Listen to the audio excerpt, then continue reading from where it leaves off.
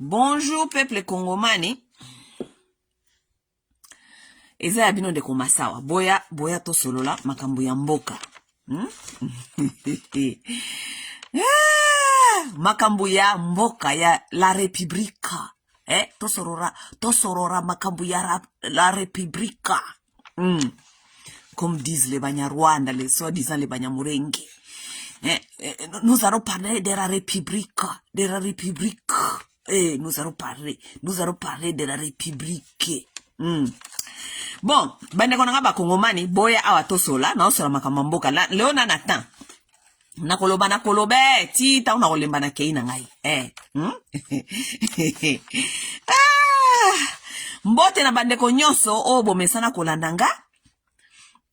Na opesa no mbote na ba kongole nyonso oyo bosala ka ba critique parce que mingi na mona ka ba video na ngawe kenda kuna na YouTube kuna ndebo zala ka makasi bozala ba miscle penda ba commentaire. Kuna penda ba pesa bino ba miscle ba commentaire kuna bozanga kate. Nazanga apete kotanga ba commentaire mususu. Bon, il y a des choses que je regarde, je lis, je passe. Mais je vais vous dire quelque chose, Bino batuo boko makambo oyo bokanisi kesoko lobi makambo ko boye ko sala nga passe te parce que na yebisaka bino depuis kala. Nga pona banda nakota combat, je me suis vacciné contre vos bêtises. Et en plus de cela, ce qui me dérange pas souvent parce que je connais que la plupart de vous bozali ba handicap mental émotionnel. Oui, vous êtes des handicaps mental émotionnels. Ce n'est pas de votre faute que émotionnellement vous n'êtes pas capable, OK? Oui, je dis cela pourquoi. Parce que je vois beaucoup de gens qui écrivent, au moins congolais ya kendaka na sentiment, ya kendaka na eloko esepelisie. Eloko esepelisie. So olobi si jo esepelisie, au moins ya wana dada, en tout cas, je t'apprécie, tu es intelligente, tu es une fille vraiment vraiment ton intelligence. Bati nenga na landaka bino kaka na otala bino kaka na makamba komboko maka wana. Parce que là maintenant ça te convient. Wana kamwana lobi wana yo moninga na zana mayele parce que ça te convient. Ta una koloba makambo oyo eza ko convaincre eza ko convenir yote o ezali de ozo ko mi retrouver na kati ya bêtise wana. C'est ça les Congolais. Congolais sepela kananga kaka soki na lobi makambo mususu oyo ezali ko intéresser yete o ezali ko eza libanga na yete. Maintenant ko beta libanga oyo ezuiye a tourner. En tout cas, vraiment, je suis déçu. Oui, mais je suis déçu. Je suis vraiment déçu de ce que tu es en train de dire. Mon frère, c'est pour manipuler les gens qui ne sont pas corrects émotionnellement, qui ne sont pas stables émotionnellement. Moi, je suis très stable émotionnellement. On ne peut pas me corrompre avec vos bêtises là que vous me dites. Oh, dada, moninga na apprécia kayo, na landa kayo, donc, okomiko déconne. Ces choses comme ça ne peut pas me déstabiliser, moi. Toi, tu es qui pour na olo bananga ke makamwana za koloba ezali, eza ko sepelisa yote. Tu es qui? Moi, je ne suis pas ici pour te faire plaisir à toi. Moi, je suis ici pour défendre la République. Je ne suis pas ici pour défendre bas sentiment na yo. Et que yo siko yo o sepelite parce que ndenge modèle na lobaki waneza nango problème te parce que ba mususu pe ba sepeli. Oui. On makam na lobaka wana. Pardon, excusez-moi. Ezala ko dépendre na mutu eska zali ko se retrouver. C'est ça la vérité des choses, OK? Soki na lobby siko zali ko se retrouver, ozala kata buzoba wana, ale wana komi déçu. Dada naza vraiment déçu na makambo lobby. Naza vraiment déçu. I don't give a fuck about you. I don't give a damn about you. I don't even give a inch of a fuck about you. Je m'en fous de tes sentiments. Je ne viens pas ici pour défendre tes sentiments. Je ne viens pas ici pour marcher sur vos sentiments émotionnels déséquilibrés, handicap. Na yaka wate pona tambola likola ba sentiment batu na banda kotala oyo nini ko sepelisa fulani parce que fulani alobaki ke alandaka ngai et tout ça fait longtemps alandaka ngai. I don't give a fuck about you. I give a fuck about the République. OK? C'est la République ou rien. Je ne défends personne, je m'en fous de vos sentiments bidons et childish, vos sentiments enfantins, vos sentiments des enfants qui ne savent pas comment gérer leurs émotions, ce n'est pas mon problème. You are fucking list of my problem. You are the list of my problem. OK? Ce n'est pas que je ne vais pas dormir. And I ain't gonna lose sleep about you because of your fucking emotions. Nako perdre pongi te pona ba émotion na yo ya stupide. Je ne vais pas perdre nalala ka bien na butu ya osakanate. Nalala chintoko. Et puis na vike na bete bino ba bombe. Oh nalala chintoko makasi. Oh dada, je suis déçu de ce que tu es en train de dire. I don't give a shit about you. I don't care about you. Je m'en fous à toi le kila na balabala lolo batutio na balabala na mutuka okufi. It's the list of my problem. For real. Okay? Donc, bino bat bolo bakal boza desi na ngai. Boko zala desi jusqu'à pour wana sko libange zuyo. Pourquoi parce que Congolais n'a pas encore compris que nous sommes tous tozali biso nyonso ba destructeurs ya mboka wana. Chacun dans son domaine. Oui. Si kote on a lobeli domaine na yo, wana nde omoni mabe. Biso nyonso, directement ou indirectement, tozali ba complice ya makambu ndenge beba na mboka wana. Oui. Parce que tant makambu yo sala mabe kuna, yo zoko lobelo kote, parce que yo kanisi ke yo, non, olingi na oko kota makambu wana te, mais oui, tu participes. Silence no zali ko participer na ko bebisa mboka. Oui, oui. Oh, na kolobananga makambu wana te parce que, na boy ko kuzala na conflit na famille, na boy ko zala na conflit na baninga, oui, tu participes. Ozali ko participer parce que bandeko na yo wana bazali ko violer mboka wana. Bandeko na yo ba camarade na yo silence na yo ezali ko violer mboka wana. Oui oui. Donc, soki nga na lobeli siko makambo o ezali ko gêner yo. So na makambo za ko gêner baninga wana ndio mona nga na za mayele. Dada, tu es très intelligente. Dada, tu es très intelligente. Maintenant, on a le bisco makambu na yo. O ezaliko kene na direction na yo. Parce que bozala ka na yebi na binote. Est-ce que moi je vous connais, je connais vos vies? Je ne vous connais pas. Je ne connais pas vos vies. Bomo na nga na banda kwa batu. Bomo na nga na banda kwa batu te. Ça veut dire que, ta on a lobaka makambu, parce que za makambu zaliko salama na société. Ça veut dire libanga na molili. So ki ezui. Et puis tango ezwaka bino nde na yebaka. Wana boko meko koma n'importe quoi.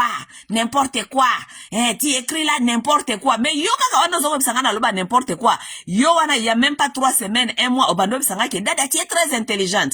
Mais mbalo parce que libange zuyo. Yo lingaka libange so baninga. Siko tangu libange zuyo wana ndio yebike eza n'importe quoi. Nano bolelite parce que bino nyonso to baloba makambi ya république. O ezuye. OK? O ezuye. Mudu akomi kuna lobi nanga ke naza koloba ba migrant ke bazali ba déchet. Naza koloba ba migrant baza ba déchet.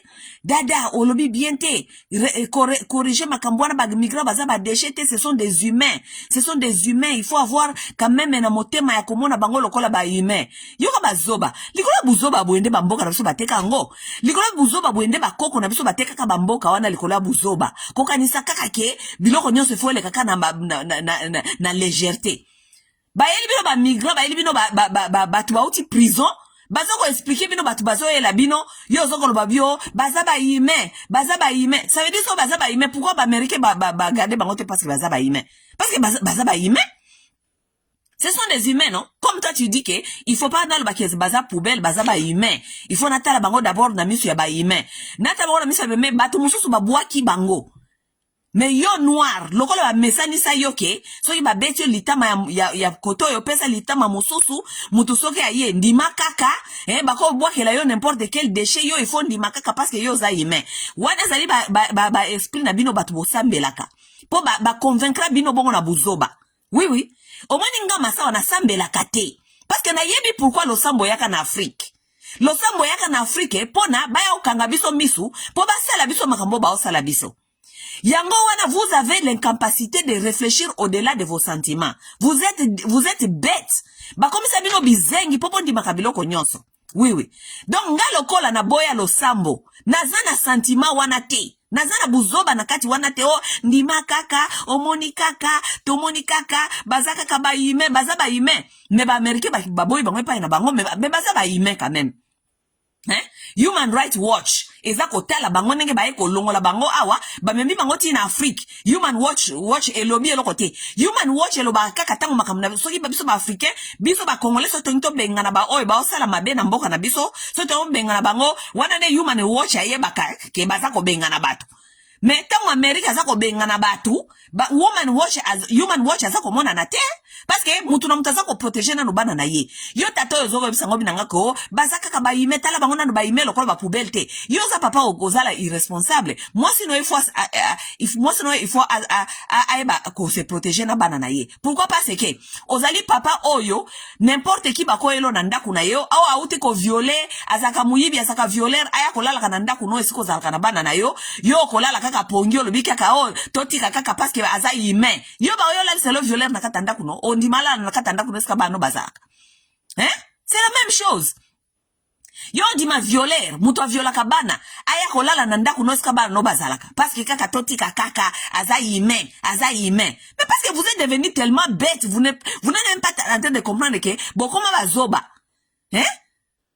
capacité à réfléchir kozala na instinct ya ko se protéger comme animal bozana ngo lisusu te parce que bayela bino makambi ya buzoba makambi ya komona ka batu nyonso lokola bazaka ka baime boyebite ke humain azali prédateur ya muninga boyeba kangote ke l'humain prédateur de l'autre mais lokola balongola bino mentalité nani comment ça s'appelle instinct na bino ya humain ya kozala ba prédateur ya ko comprendre que vous dealez avec des prédateurs mais on vous a parlé de tozaka ka ba humain n'importe quoi tata oyo ba américain wana zolo ba ke batu wana ba yeli biso baza ba humain ba américain pourquoi batinde bino kaka ba humain pourquoi batinde bino kaka batu ba haute prison pourquoi ils ne vous ont pas envoyé des ingénieurs ba ingénieur pe bazawati ba ingénieur pe bayaka ba loterie ba ingénieur bayaka ko construire mboka oyo pourquoi batindeli bino kaka bawana pourquoi batindeli bino te ba ingénieur po bango ba sepeli ko tindela ka bino bato bango ba sepeli batindela ka bato mususu bato mais batindela bino trash yo bino na bateke bazali trash na bateke bazali ba poubelle na baza ba humain. Oui, baza ba humain, tolbi ke baza ba humain. Mais pourquoi Amérique et choisir kaka catégorie wana ya ba humain ya ba prison et tinde la bino? Pourquoi Amérique et choisir te batu bayaka na ba visa à Hong Kong? Pourquoi tinde bino ba chinois te? Na ba indio ba sala ka technologie, na ba sala ka nani médecine. Pourquoi Amérique tinde bino bango wana te? Azine bino kaka ba oti prison. Et puis il y a des gens qui viennent ici qui cherchent à justifier ces genres de choses. Parce qu'on vous a tellement mal programmé. Un Congolais est tellement mal programmé, mal barré. Le Congolais est mal programmé. Il ne voit pas les dangers. Parce qu'il est mal programmé. Balaki sa yete ke danger za liboso na ye, balaki sa ye ke danger za la kepa satana. Satana oya ye bakate. Balongoli na kibomoto na ye pour comprendre que l'homme c'est le prédateur de l'autre. Il n'y a pas Dieu ici, il n'y a pas Satan. Il y a que l'homme. L'homme est prédateur de l'autre. C'est ça la nature. Nous sommes les prédateurs pour les uns et les autres. Oya lingo ko utiliser instinct na yete ya survie, oya lingo ko utiliser instinct na yete ya bomoto. Bako lia ye na mokili oyo. Nzambe na satana bazalaka te. Ezaka kabiso ba humain. Ezaka kabiso ba humain. Na yebisa ka batu mikronyo na bino mango na bino. Omoni makamba ba religion ba yela ka bino oyo. Eza makamba ko longola bino na kata instinct na bino ya bomoto. Po momo na kateta ngo ba ennemi bazali ko ya ko lia bino. Oui, on devait focaliser maintenant votre instinct à survie. Ba focaliser on makamba nzambe na satana. Ba yesa bino satana moko vivre à quelque part boyebite, satana ngo bomona yete me bobanga kaye. Ulio banga prédateur o afandi pembeni na yo. Les prédateurs sont les humains. Les humains sont les prédateurs pour les uns et les autres. Ulio ta la prédateur afandi pembeni na yo, yo ozo ko luka satana, o luka ka satana, ozo luka satana, ozo lukela ye wapi? Ko luka satana te. L'humain est le prédateur. Satan de humain wa afandi pembeni na yo. O azako linga yo, oza la distrait po alia yo. Abotole loko na yo. Asala yo mabe. L'humain est prédateur de l'autre. Kaka mutu nde baye olongola na kati ya bomoto na ye wana. Botala banyama nyonso azamba.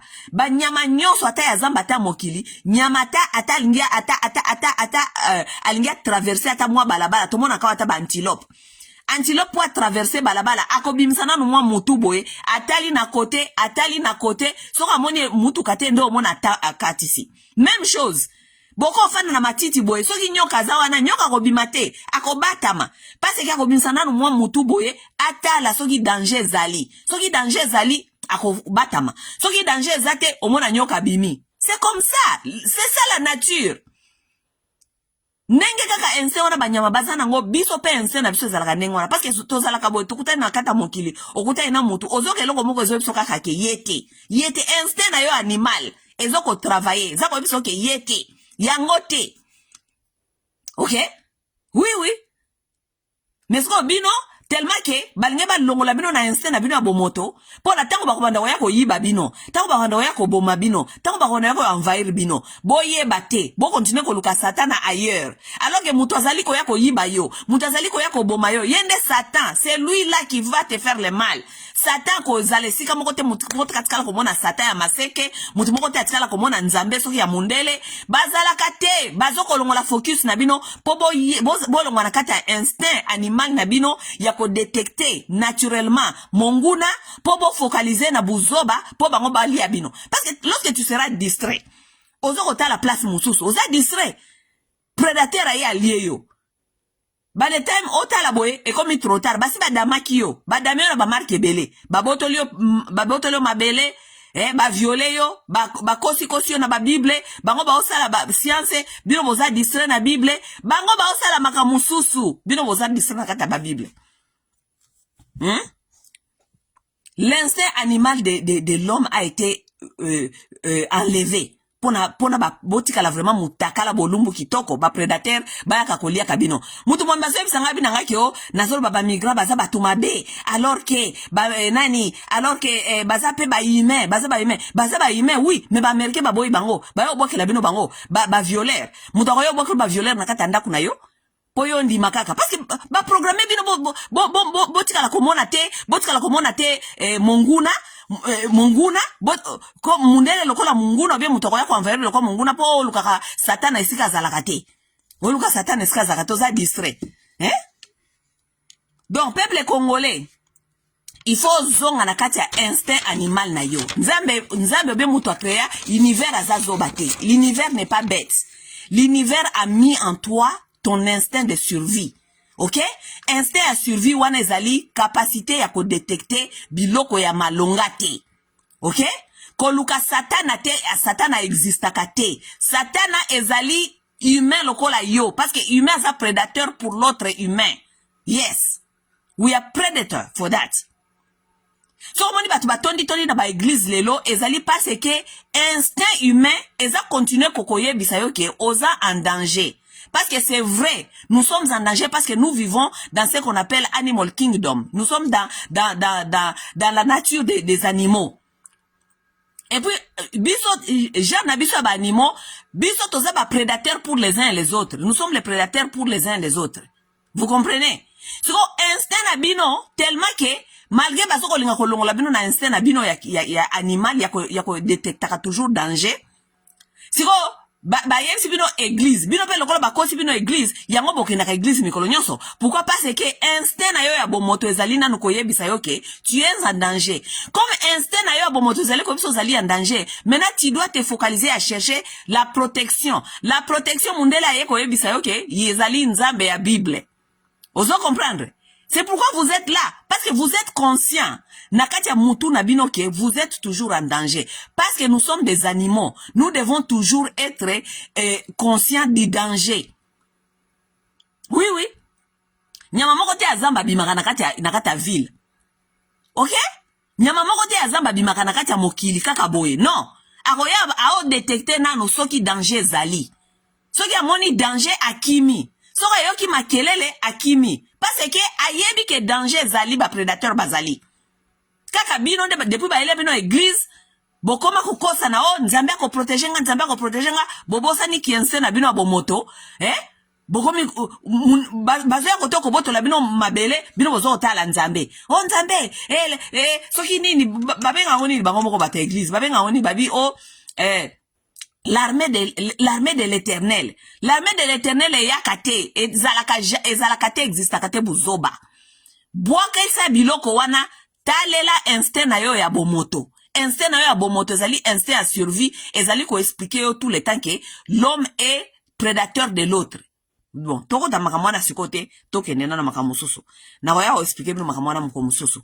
Mais, tata wa esinga binanga ke ngana zoko biso tozoko boya ba migrant bazaka kabatu me batu ba américain baboyi bango baboyi ba violeur ba yo tikela bino ye na ndako na yo yo tata moyimba ya ndako ndimi ba violeur ba ya kofana na ndako na yo parce que bazaka ka bato parce que bino boza batalo sambo bondi makaka mutu nyonso ya kaka parce que azaka ka mutu aza mutu ya boza batalo sambo biso to batalo sambo te naza mutu alo sambo te naza animal naza na instinct na ngai ya animal naza na instinct na ngai ya survie donc mutu ta yo kosa ngai eloko ok mutu ta kosa nga parce que mutu nyonso pona nga zali ko présenter d'abord danger d'abord ok pona yeba ko approcher il faut natanga natala nanu natala naza lokola animal vrai animal na yeba ko sentir danger ou bien danger za wapi likamni ni mutu azako bisanga est-ce que makamu mutu azako bisanga za normal oui parce qu'il faut détecter danger oui ok oui bon toke na makamu nazoloba Pedro ingeta ingeta papa ingeta bon elo ni yango na ngela ba lisusu yoka lisolo musu na ngela bisabino bandeko oyo tosoko loba kaka ke na mwana ndeko mususu ayisinga binanga ke topesa Félix Tshisekedi chance ok bandeko mes chers amis je vous dis il faut faire attention na makambozo koloba pourquoi parce que omoni mboka wana ezali république ok république wana ezali composé na ba tribu ebele na bato ebele toza na kati tosala mariage mundele soki belge ndaka ko kata biso atie biso na kata république tofandi wana tofandi tozate na il faut pas kozala na ba idée ko kanisa ke mutu il faut mutu pona ko kumba république il faut ko pesa une chance te on ne conduit pas une république avec la chance ou on connaît ou on ne connaît pas ok ou on connaît ce qu'on est en train de faire ou on ne connaît pas et ça question en chance c'était parce que ezali jeté kozwa peuple 100 millions de personnes bokumba bango na chance te ezali la vie d'une toute une nation dépend la vie de 10 millions de combien pas 10 millions 100 millions de Congolais il dépend tozali ko dépendre te na mutu oyo akoyebisa biso ke boyebisa biso ke topesa ye chance te mboka moko te ba mona ka mutu azoko sala malamu te bolo ba ki bopesa ye chance parce que via bato ezali ko dépendre na ba décision mutu wana azali ko sala ou bien mutu wana akomema bino na libulu bodini ou bien mutu wana akomema bino na victoire bobiki ezali question ya chance te arrêtez de vous faire anarquer dans des bêtises pareilles. Si on ne connaît pas ce qu'on est en train de faire, on démissionne. On laisse aux autres qui ont les compétences de faire. Parce que la vie d'une toute une nation, de 100 millions de Congolais, il dépend. Ou bien, tobomi bana, tobomi éducation, tala likola kopesa batu ba chance lelo, bana ba Congolais éducation et baby, peuple congolais ezako se relever te pourquoi parce que les gens qui sont arrivés, likola kopesa batu chance au bazana na capacité mon côté à conduire peuple, to fanda kaka to sala docile to pesa bango chance. Tala toute une nation, toute des générations et koufi likola ya buzoba ya kolba to pesa batu chance. Ba pesa ka batu chance te pona kozala ba leader ya nation. Ou on connaît ce qu'on est en train de faire, ou on ne connaît pas. Si on ne connaît pas ce qu'on est en train de faire, on laisse tomber. Et ça, le col aux sa bébé a outi ko botama. Bo pesiye papa memaye, mais papa na langwe. Mais bon lobi ke bo pesa ye kaka chance a memaye parce que ça tata na ye. Yaya, so ki tata wana ya molangwa, akwesi bébé wana bébé akufi. Ou bien tata wana molangwa, alaleli bébé wana akufi. Bokoloba keo, il fallait bo pesa ye chance kaka mema bébé wana parce que aza tata na ye alors que azali ya kolangwa. Ou bien bino de bokozala ba irresponsable ke boyeba ki ke tata wana za ya molangwa, bo pesi ye bébé na eta na ye ya kolangwa, akwesi bébé abomi bébé. Donc, comme même mboka, pays, ezali même chose. Bon, kiko pesa yango te mutu oyo, ayebi elo kote, ayebi eska zali ko kendete, bozali ko mona ki azali ko conduire bino na liwa. Mais bozoko lo bakaka oto pesa ye chance. Te, ce n'est pas la question de donner la chance. Ou on connaît ce qu'on est en train de faire, ou on ne connaît pas, parce que la vie des gens, des millions de gens, a dépend. La vie d'une toute une nation, le futur d'une toute une nation, il dépend. Ok? Donc, au Congo, il y a beaucoup de gens qui sont compétents. Il y a beaucoup de hommes compétents dans ces pays-là.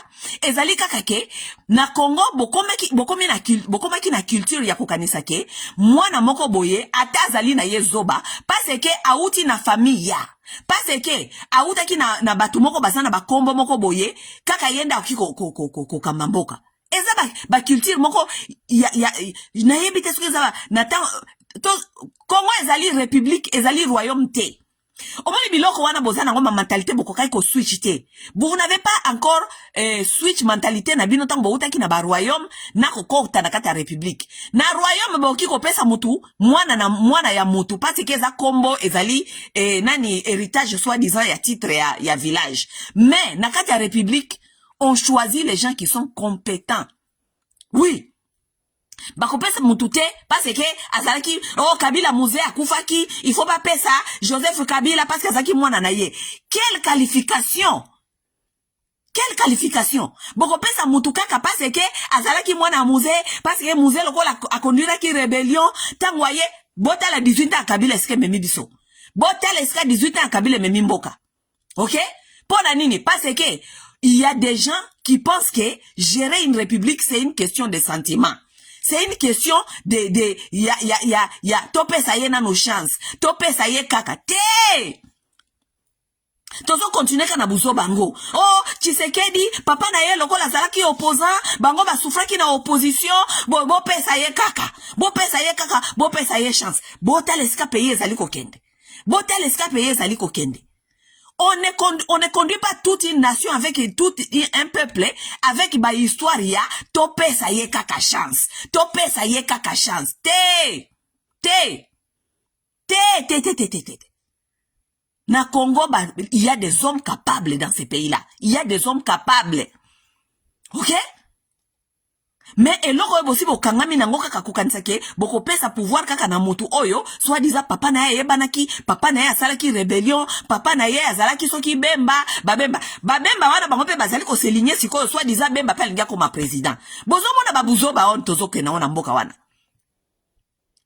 bemba banda batia ye na ba ministère wana ba budget na yenyo nani résultat na yenyo so catastrophique mais bemba pa azozela na ligne pe soit disant akoma président si matanga okoma wana aye makambaza ko sala te et ko sala pe kaka tope sa ye na no chance tope sa kaka chance des années et des années pays ezali kaka kokende ko s'affronter kaka na buzoba na kata ba bêtise parce que bosi bo mesani ko zloba na batukyo bo pesa batu chance te mutu moko te mama moko te mutu moko te aza responsable akoki ko pesa bébé na tata oya molangwa tata mema bébé alors que aza na état ya molangwa po akokweisa bébé akokufa mutu moko te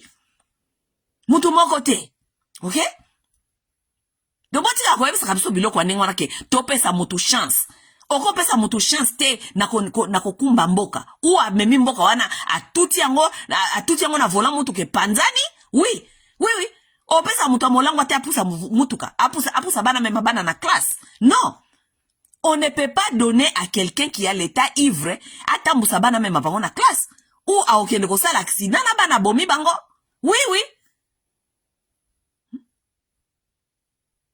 donc mutoza ko le benamino toujours que bo pesa batu chance ce sont des gens qui sont très dangereux OK bobo yaka ba phrase wana ya kolobako bo pesa mutu chance te nos vies dépendent de ça soka sali ba décision ya mabe biso nyonso tozanyi mboka biso nyonso abomi biso abebisi mboka zongisi mboka na sima te biso tolingi mboka ekende liboso mutu te oya ko stagne mboka ou bien akoya ko zongisa biso na sima te tolingi te eloko mususu na ngena bisa bakongole na komeka yango tuna page na ngalelo place nyonso nazo kende surtout batu ya IDPS vous n'arrêtez pas de nous parler de Kabila. Moi je vous dis ceci, j'ai écrit cela sur ma page aujourd'hui. J'ai dit ceci, bomoni problème toza nango lelo, OK? Parce que lorsque je vous dis des problèmes lelo nazo ko bisa bino OK nani Tshisekedi azali wana azali na pouvoir nyonso exécutif ya ko exécuter loko nyonso ni ko sana mboka wana parce que peuple nde pesi ye pouvoir wana asalango Donc lelo ba congolais toki ko banda kolobaka susu makambi ya Kabila tous les temps. Pourquoi? Parce que Kabila si alongwa ki to bundisa Kabila pour na ba compétence na nyo so alongwe. On avait dénoncé Kabila pour tout ce qu'il a fait. Il est parti ba congolais ba sanzaye Kabila n'a même plus se maintenir au pouvoir. Donc ça veut dire que Tshisekedi mutu azana pouvoir lelo, ça veut dire azana pouvoir nyonso ya ko exécuter loko nyonso alinko sala na mboka wana.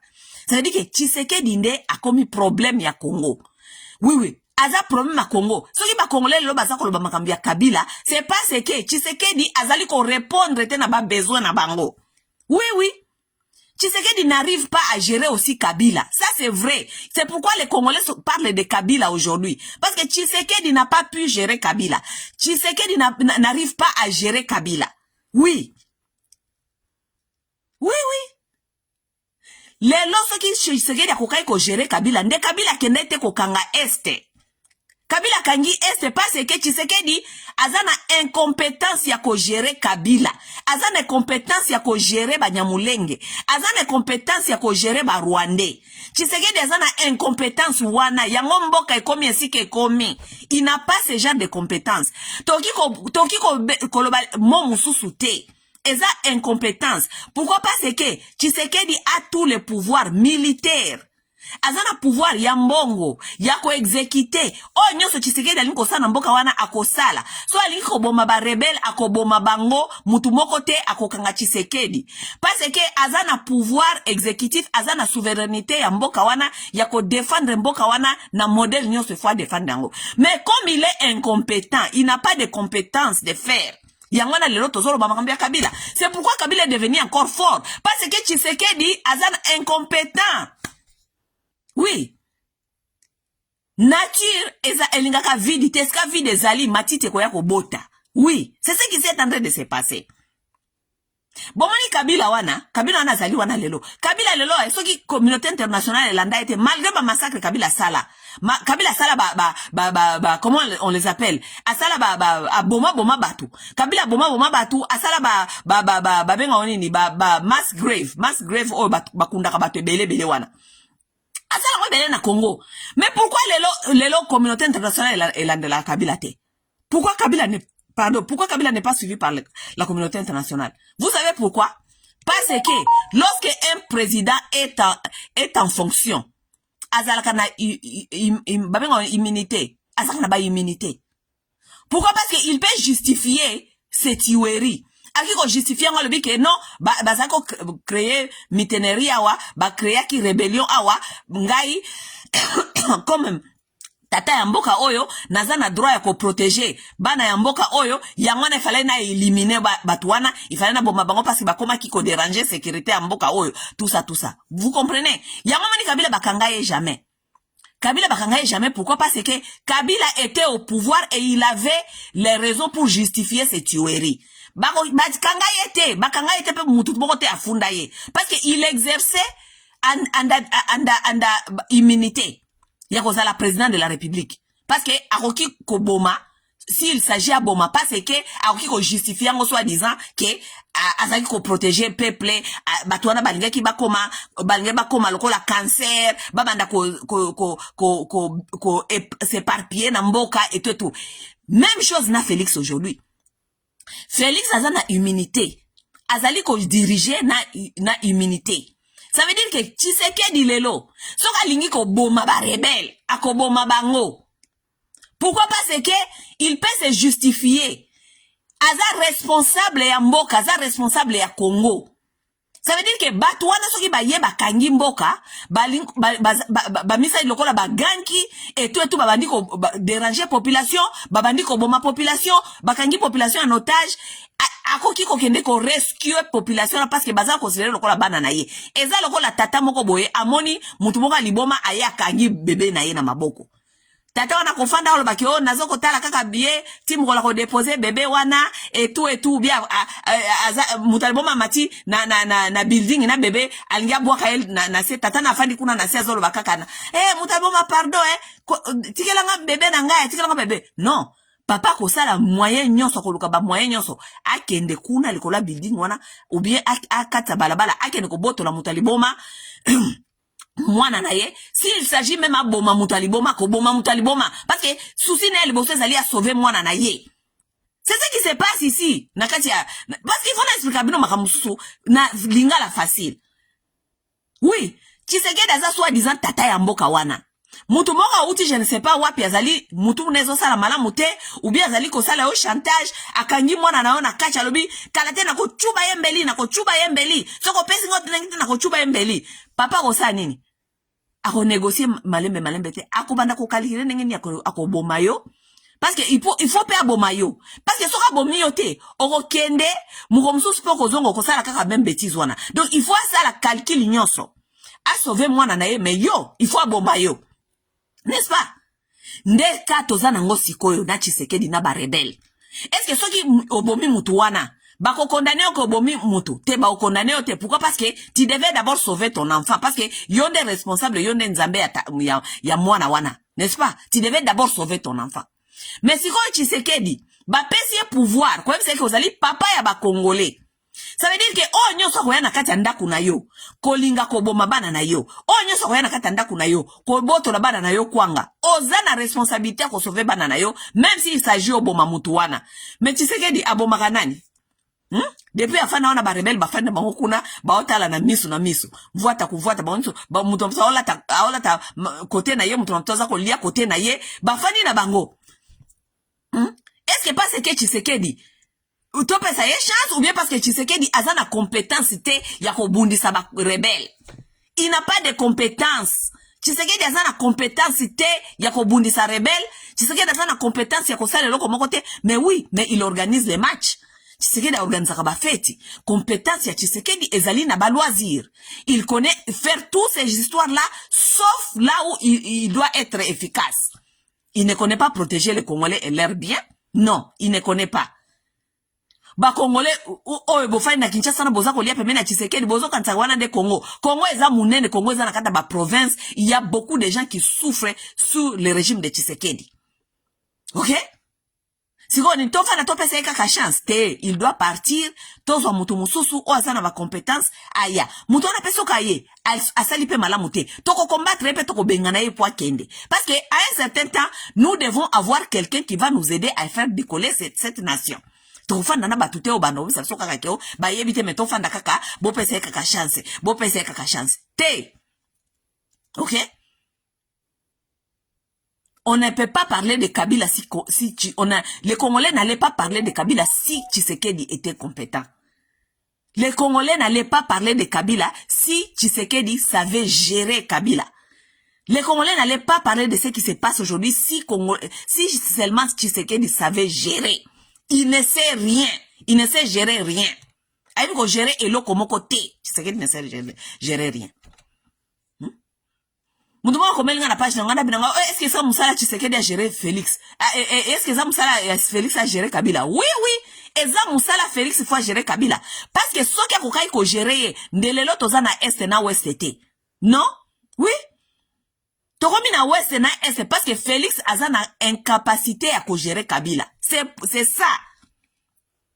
Parce que nous tous, nous connaissons ce qui était Kabila. N'est-ce pas? Toi, Kabila. N'est-ce pas, vous Kabila?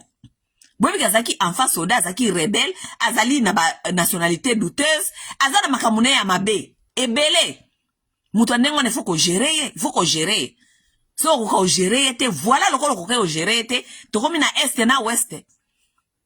Il vous a échappé, et pour nous récupérer Kabila Siko est comme un mois difficile. Parce que, Tshisekedi temps à qui pouvoir à yebisi psuke, a refouiné na ba passete. A refouiné na ba passete, donc, a tikeli Kabila ta ya ko se préparer Kabila fanda, Kabila sala ba plan na ye, nenga linko sala. Tshisekedi. Nous sommes là où nous en sommes arrivés à cause de Tshisekedi. Incompétence ya Tshisekedi. Oui. Na pesa bino exemple ngala bino bino ke omoni mwasi libala so akena libala oki mwasi ake libala akomi ko loba makambia ex na mikolo nyonso oh ex na ngai kuto ezalaka boye omoni ex na ngai ça veut dire que mobali obazana yeza aza mobali ya malonga te. Oui ça veut dire que azana kata libala incompétence mwasi ya libala abeta kama solo ya ex te mwasi soka zui libala ya malonga akoko beta jamais makambia mobali ne akala jamais. eza passé puis passé moko pénible passé moko alingi kutuko alingi même pas ko réfléchir yango te passé moko ya monyokoli passé moko ya mabe mais soki mwasi auti na passé oyo ya monyokoli akomi ko comparer yo bien komi ko beta mama solo ya mobali ne akala na kati ya libala na yo ça veut dire yo za pire que eska ya uti oza pire que eska ya uti ndeli kambo zo lekela ba congolais sikoyo ba congolais bakomi ko beta masolo ya Kabila partout ozoko leka boy ba congolais ba osa même pas analyse makambo zo leka nakata mboka makambo nenge zoko beba nakata mboka ekomi kaka Kabila zali ex akenda kala. De ça veut dire mobile oza na ye na kata libala sikoyo azaya malongati azaya incompétent yango wana mwasi libala abetaka masolo mobile na ye asikandako papa abana pesi mbonga biloko kolia mobile okutu nazwa ye awa suka mobile nanga ya sika voiture mobile nanga ya pesinga boye mobile nanga selinga boye mobile nanga toke voyage mobile nanga meso bandiko moka mwasi ya libala komi kubeta masolo ya ex mwasi mikolo so masolo ya ex donc Kabila et bongo tato boza na yesiko ya opesa bino nini il y a un manque ça ne va pas yangona ba congolais baso beta masolo ya Kabila c'est de le passé, on ne peut pas parler de lui. Parce que to bundi ça que pour sala kamabe. Nous sommes tous conscients que Kabila mabe a sala. Vous n'avez pas à venir au pouvoir pour vous rappeler la makambo ya Kabila. Oh Kabila sala kaboy, Kabila sala kaboy. Yangona to kimi sakaye pour Kabila sala kabongo. OK? Vous ne pouvez pas nous parler de Kabila. Parlez-nous de vous. Parlez-nous de vous, ce que vous voulez faire. Comment est-ce que vous voulez engager les Congolais à vous accompagner Bino. Parlez-nous de vous.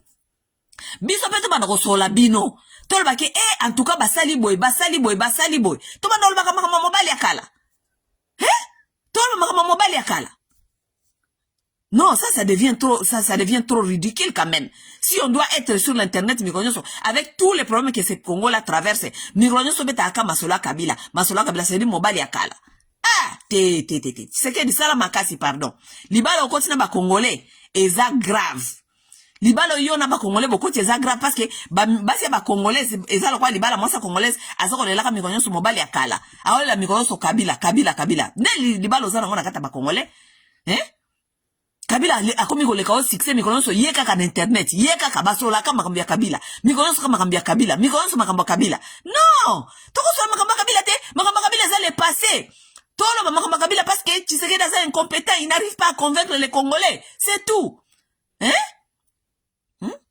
c'est ça la vérité des choses. Bon, lelo na ye awa to solana makambo na 3 sujets. Wala nyoso zalai ka makambo ya likolo na zokolo bela, makambo zo le ka na internet awa. Na moi 3 sujets. Sujet nanga liboso madame Sumino aleki awa na ba interview pour na ko expliquer so makambo ba migrant, OK? Deuxième sujet nanga kozala Tshisekedi ake ko négocier tikala na banana na Tshisekedi négociation na ye na Suisse o ezaki na Qatar o bamimaki na Suisse Tshisekedi a négocier na ba M23 tokomi wapi OK nde oza sujet na nga ya liboso deuxième sujet na nga ekozala ya Sumino aleki awa albete biso makambo ba migrant bino moko bobi ndenge epelisi masolo awa ba congolais makambo Sumino alobi troisième sujet na nga ekozala les migrants, au baye, na politique cachée derrière l'histoire des migrants, ok? Et lorsque je parle de la politique cachée, je vais vous parler de la politique américaine, ok? La politique américaine cachée derrière l'histoire des migrants, ok? Donc, tobanda, na marabia Félix Tshisekedi, nenga rikende ko négocier, na ba M23, ok?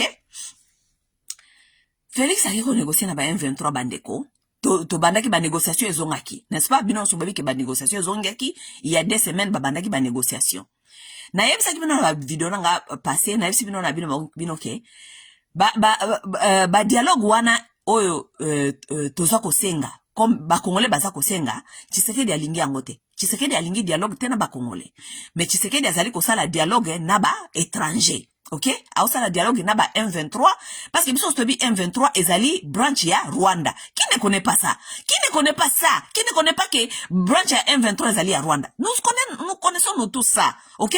Donc mais nous devons éviter à perdre du temps dans les histoires comme ça. C'est tout ce que les Congolais sont en train de dire. M23, Rwandais, tout ça. Nous connaissons ça. Ça nous connaissons déjà.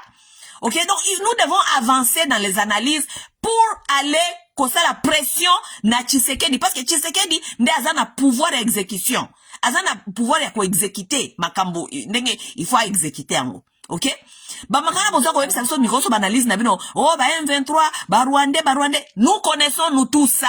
Nous connaissons nous tout ça. Depuis longtemps, toyeba ke M23 baza ba Rwandais. Depuis temps Mamadou toyebi ke ba M23 baza ba Rwandais. Vous n'êtes pas là de nous dire quelque chose que nous ne connaissons pas. OK? Dites-nous les choses que nous devons faire et comprendre pour avancer. Et boza ko traîner biso ou bien ko stagner biso quelque part. Ça n'a pas de sens. OK? M23, branche à Rwanda, nous tous nous connaissons cela. OK? Et loko ya sika ezate. OK? Tshisekedi balobito sala dialogue national na mboka oyo basango na ba force vive na ba parti politique ba décider baza kosenga Tshisekedi aboyi. Tshisekedi ne veut pas parler avec les Congolais mais Tshisekedi parle avec les étrangers. Ça veut dire ba Rwandais azoko sola na ba M23 na ba Kabila, OK? Pourquoi Tshisekedi azo choisir alingite kosona ba Congolais parce que Tshisekedi alingite ofana na kati ya désordre wana na kati ya désordre wana lui il règne parce que il est incompétent. Mutoza incompétent alingaka ko régner na kati ya désordre parce que soki désordre des alités moyen expliquer une incompétence des alités. Tshisekedi a ko trouver mboka oyo afandeli excuse que baguerre et comme excuse na ye pona a couvrir l'incompétence na ye pona a justifier pourquoi aza kokokate ko décoller mboka wana pourquoi aza kokakosala eloko musala et comme kaka guerre tandis que na Kinshasa guerre ezate mais bozo komona résultat efandi kuna na Kinshasa salité mbindo hein et rien ne marche là-bas. OK, mais comme il aime régner dans les désordres pour na ko justifier incompétence na ye il préfère comme ça. OK, aboy dialogue na mboka na ba Congolais aboy dialogue na ba Congolais mais lui il fait son dialogue à l'étranger avec des M23 donc ba Rwandais na ba Kabila na ba rebelle. Pourquoi Tshisekedi a choisir ko sala dialogue na ba étranger parce que Tshisekedi ba pesa qui est pouvoir ya COP yeso ki to ana problème to zana ngo sikoyo oyo komi SNA West parce que ba brigand na ye ba bandino ba pesa qui est pouvoir lokola ayok abande ko yoka bango lisusu te balobi yo lingo yoka biso susu te to kola kisayo ba ki ko sala makamna bango ye particular na kwena ye. OK, ça veut dire bazana conflit entre bango na bango ba biyibi parce que Félix aza mu yibi a yibi pouvoir ba pesi pouvoir parce que so ba pesa ke pouvoir wana ezaki ya yete et loko Félix ngaka sala alingaka lobake na zio opportunité à pouvoir oyo tika na benga bandeko nanga oto sala na bango na opposition ba fayulu batu wana nyonso boya to fanda botala malgré na zio pouvoir ona muyibi mais tozu yango quand même na maboko na biso et comme ya biso ba Congolais toluka ndenge to tia force vive ensemble tol kasko ndenge ni toko benga na bato ndambu ne Félix azui pouvoir akomisi ba opposant nyonso ba ennemi na ye abengani ba Martin Fayulu akomi ko benga ba combattant oyo ba bundisa ka ye po akomesi kazali lelo akomi ko benga ba combattant akomi ko benga ba Fayulu ba jaloux ba ene ba sorcier batu nyonso ba komi batu mabe po ye a préféré ko kende ko liana ba diable mais ye ba kiteke ba diable wana po ko liana ba diable il faut na fourchette no za la mulai sinon te ba ko lia yo. OK, Félix akekuna sala feti na ba diable sala feti na ba diable akomisi ba opposant nyonso bato ba bunisaka pona makambi ya Kongo ekende bien akomisi bango ba ennemi na ye. Vous comprenez? Siko yo tango ba diable ba balukelier siko bolingini ni biso to ya ko bundisa ba diable to boite to ko bundisa pe ba diable parce que ba diable ngope quelque part bazape banguna ya mboka mais on voit que biso tozo bundisa diable mais mutu ngo tozo ko bundisa la diable na ye azo continuer ko lia na ko sakana na ba diable. Iso bozongi koto oh non omoni ba M23 baza ba Rwandais mais Félix aza ko sona bango oh moni bino aza ko soutenir ba M23 mais Félix aza ko sona na bango Félix aza sona bango loko nini aza ko kende ko négocier makambu na ye oyo bango ba négocier ka po ba pesa ye pouvoir. OK, ça veut dire que ezali susu affaire ya nation te et comme affaire ya ba gang ya ba brigand ya miyibi batu o ba décider ko zwa biso en otage lokola bazoba na bango to fanda total bango ndenge bazali ko négocier biloko na bango soki marché te ale mutu na bendi côté na ye ale ngana kangi koto yo ale donc Félix na ba Kabila bango nyonso bazana même bateau baza ko faire Congo ba Congolais souffrir et loko moko ya malonga ezate na ba Félix na ba Kabila baza bango nyonso batu moko. Oui, baza bango nyoso batu moko. Parce que bazo kende ko négocier kuna makambo na bango oyo biso toyebi te. Bake bazui balongwe Suisse ba masolo bango fallait ba mema kuna soki na Doha siko eke Suisse. Suisse ça fait des semaines bazala ki kuna. Suisse bakangi oyo ke Suisse sili. Est-ce boza au courant que ba négociation Suisse sili. Ba négociation Suisse sili bayokanite. Bayokanite bata M23 bayeko bete la biso masolo sikoyo ya excusez-moi. Babeta sosko masolo oyo, bango basolo likuna na Félix. Mais na côté à Congo, côté à Félix, bazo yebisa so eloko nini. Et le côté, bazo yebisa so te masolo ya eleki na Suisse. L'État n'a pas communiqué, le gouvernement n'a pas communiqué sur masolo ya Suisse et kenda ki ezonga ki balobi sipso nini. Pourquoi? Parce que ce ne sont pas les choses qui engagent la nation. Ezali makambu na bango ba brigand. Eza makambu ya bango na bango, ça veut dire que baza na quantité à kopesa biso parce que ezali copie mafia, copie ba brigand. C'est pourquoi l'État ou bien le gouvernement ne nous informe pas sur les accords soi-disant makambakende koyoka na kuna na Doha Suisse. Oyo esili. Basili sa ni kunati. Est-ce que nani muya ayeko bisabiso ke makamnini bayoka ni kuno be makamnini bayoka ni te. Ayi bisabiso.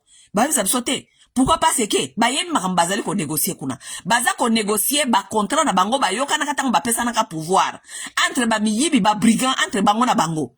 OK? To sala sko ndenge nini lokola toyoka ni te to sala nini. Tshisekedi ayebisi bisote basili sikuna na Suisse makabayoka ni kuna ayebisi bisote. Mais efuite na matoya batu ya M23. Batu ya M23 ne baza ko communiquer sur ba échec na bango ya Suisse. Bata M23 balobi boye. Parce que bata M23 soki balobi, tokoyoka. Parce que bango, il faut pas baloba, ba communiquer. Parce que soki l'État eza ko communiquer na bisote, tokoyoka o bango ba oloba. Parce que bango ne baza kuna na bango. Oui. Si l'État ne communique pas, le M23 va communiquer. Et si le M23 communique, nous allons retenir ce que le M23 a dit. Pourquoi? Parce que l'État n'est pas venu contredire ce que le M23 a dit. L'État est contredire te makamve M23 lobby. Yoki makamba M23 lobby mais ba contredire yango te. Ça veut dire que M23 lobby eza ya solo yango wana baza ko contredire yango te. OK?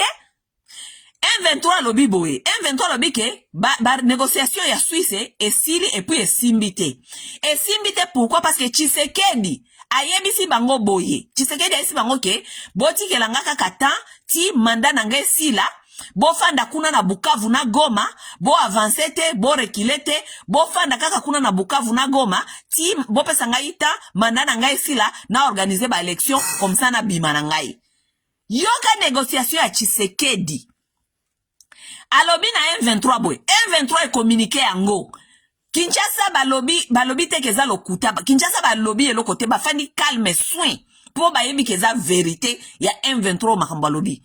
M23 lobi boy. Tshisekedi ayebisi bango boy. Bo tikala na Goma na Bukavu. Bo avancer pe lisusu te. Bo rekile pe lisusu te. Bo tikala kaka place na bozali. Bo pesa ngai 2 ans nanga so 2 ans nango fena silisa na organiser ba élection simana longwa ngai na kende. C'est ce que Tshisekedi a dit au M23.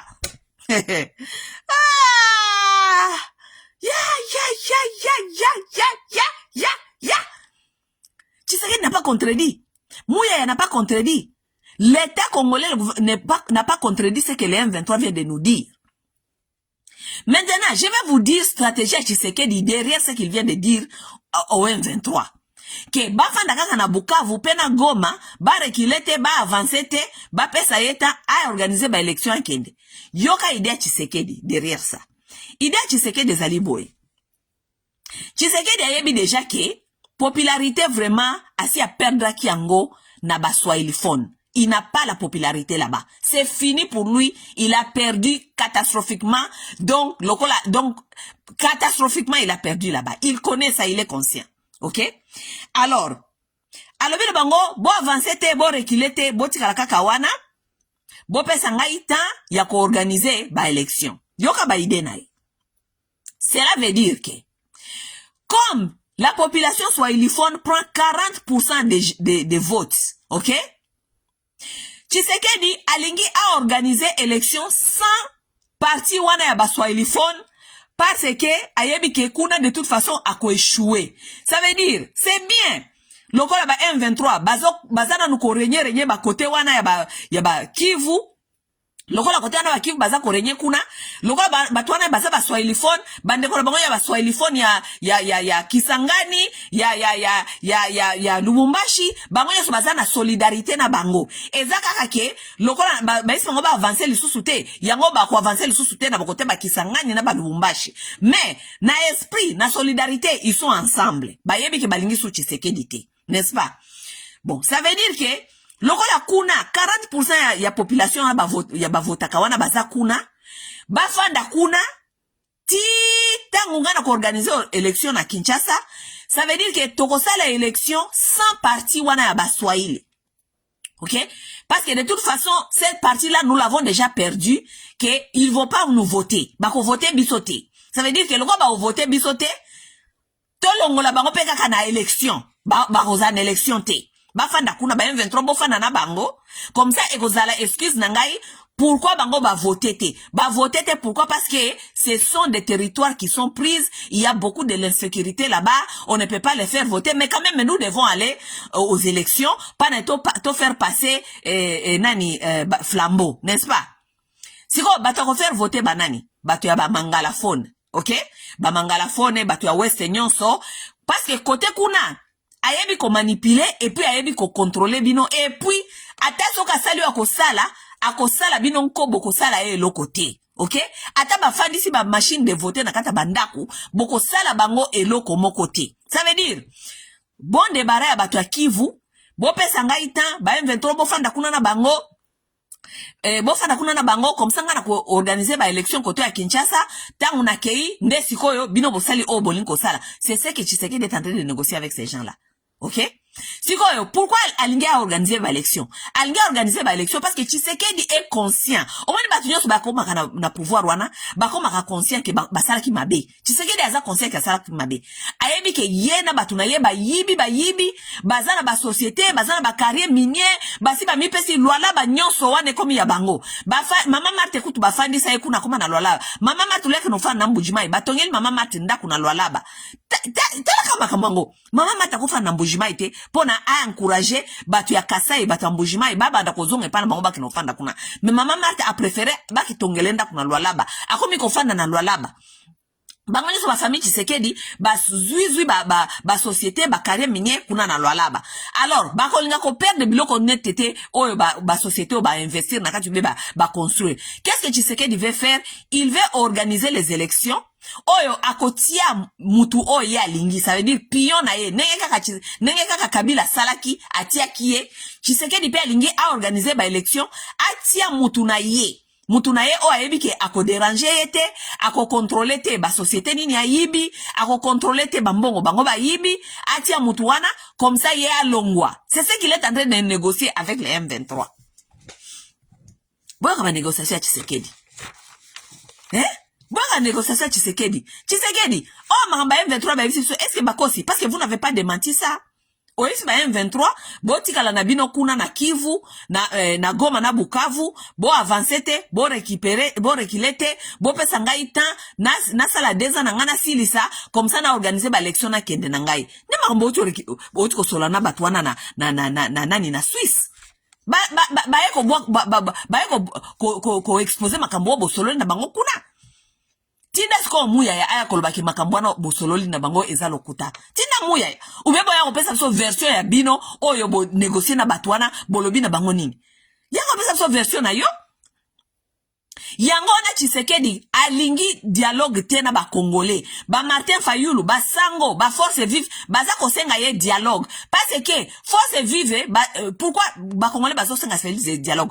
Baza kosenga Félix dialogue parce que ba yebi ke Félix azo kolinga ko organiser le bango aussi ba élection ya mabe. Azo continuer ko solana ba Rwandais pona a continuer ko négocier ba deal na ye moko personnel. Parce que ba outi Suisse ba communiquer na ba Congolais te, ba communiquer yango te officiellement na Congo. Parce que ezali deal ya mboka te, ezali deal ya Tshisekedi na ba brigand.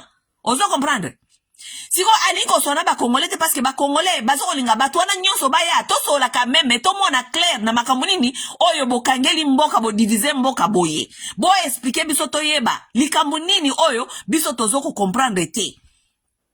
Tshisekedi alingi bongote. Parce que à cause la exposé, il sera exposé. Il ne veut pas ça. Ok? En même temps, ça lui comme ça, M23, Zelaye, pesa eta a organiser ba élection. Parce que Tshisekedi, ayebi ke bino na West kuna boza ba yuma. Ako organiser bino ba élection. Alingo kende dialogue te na ba sango baza ko senga, na ba force vive na ba opposition congolaise. Parce que, parmi makambo, opposition congolaise ezali kosenga Tshisekedi akoki ko organiser sous ba élection te parce que ba élection organisaka eza chaotique. To mona ki ba machine a voter na bandako ya batu, basalaki une semaine ya élection. Balingi yango lisusu te. Biango basoko website ke aya to sala dialogue. Apesa batu 2 ans ya transition. Ça veut dire apesa ba congolais 2 ans baye ba ko organiser batu, ba organiser mboka, batizong sa mboka na rai, comme ça ba organiser ba élection sans Félix, sans ba brigand. To organiser ba élection sans Félix, sans ba brigand, sans ba deal na bango oyo ba tieli biso ba deal oyo. Comme ça mboka ezonga na rai. Félix alingi yango te. Yé passé à mekaki pouvoir, yé passé à Monique, nga personne na longwe, il faut natia dolphin nangai, natia mutu nangai, oya koya ko protéger ngai, nenga kabeke kabila atiaki ngai wapona protéger. Nga pe fona luka mutu nanga moko awa natika ye awa, de toute façon, so na dui mutu nanga natiki ye awa, koto ya ba west oyo bako sala eloko te, parce que boko sala ye eloko te. Tshisekedi azoko banga batuana ya este po yebike batuana batuana bazako tia ye musukusuku azako banga bango. Oui. Bino kuna batie bino ba muziki, batie bino nakati ya ba distraction. Ça veut dire que vous n'avez pas la capacité de réfléchir. Nzala na nzala, losambo na losambo, ba église na ba église, ne batie bino nakati. Félix est conscient, ba imamba osala. Donc batu oyo bozali ko yako yebisa kabiso ke Rwandais. Félix parle avec les Rwandais. Félix négocie avec les Rwandais. Félix négocie ses deals avec les Rwandais. Donc boti ya komona ka Rwandais partout. Félix mange avec ces gens-là. Félix azali ko fadi samino na kata désordre ya ko rabanda ko réfléchir makambia ba Rwandais. Bino ni bozo ko réfléchir makamba Rwandais. Félix azo réfléchir makamba ba Rwandais te, il mange, il boit avec ces gens.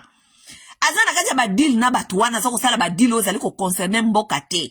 Auti kuna na Suisse, botu na ye masolo esili na Suisse, bayoka nini na M23. Ako yebisa bino te. Mais boko no yoka wana mato ya ba M23. Ba M23 basi ba lobby yango. Et puis Félix a boité a démentir te makamba M23 ba lobby.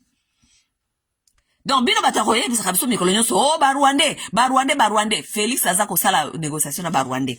Félix azako yoka na ba Rwandais, azako yoka na ba brigand na ye oyo ba yoka na kina bango makambi ya pouvoir et bebeli bango bazako négocier makambu na bango kuna. Et ce qui est malheureux est que makambu na bazako négocier kuna na ba doa na banani, ça n'a rien à voir avec les pays ezali deal ya ba brigand. Ba brigand na miyibi ba shekula na ba shekulaire miyibi bazoko niko sala ba deal na bango ba kangi mboka en otage na ba deal na bango moko oyo biso to yebite. OK? Bon, na kesi ko makambia suminwa bimi awa bazoko tuna ye makambia ba migrant akena plateau moko ya télévision internationale kuna bazoko tuna makambia ba migrant batuni ye suminwa ba migrant bauti mboka nini. Suminwa azali nani ministre aux affaires étrangères. Ça veut dire que deal oyo Suminwa nde a négocier yango. OK? Azai parmi batu ba négocier ba deal oyo. Suminwa ayebite batu oyo bauti ba mboka nini.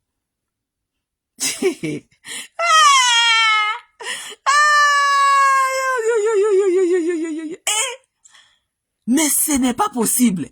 Donc les gens ici sont en train de signer des papiers na légèreté quoi.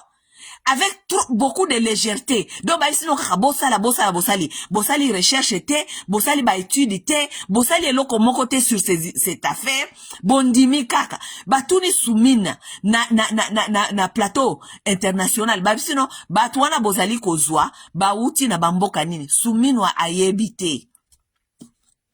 Mais ake kondima a signé ba deal batuana baya na mboka na ye ayebite ba origine na bango bamboka na bango ba uti wapi Suminwa ayebi eloko moko te sur cette affaire ya batuana bazaba nani bakoko ayebite. Voilà les gens qui vous dirigent. Voilà les gens qui vont faire des accords sur le nom du Congo. Voilà les gens qui besoin de topé sa bango chance. Les gens qui sont en train de mettre leur signature partout dans des histoires qu'ils ne maîtrisent pas. Voilà les gens qui sont en train, qu'on est en train de nous ramener. Sumino azali wana azoko eba makambasa ko négocier te. Mais Sumino to fandi awa to kaka lelo lobi na butuka avant to lala. To moni nzoka nde banyamulenge organizaki ma marche awa. To moni wana disi awa o ba congolais basalaki marche contre ceux qui nani Tshisekedi, soit disant banyamulenge tout ça. Ces gens-là ont coordonné des marches mondiales.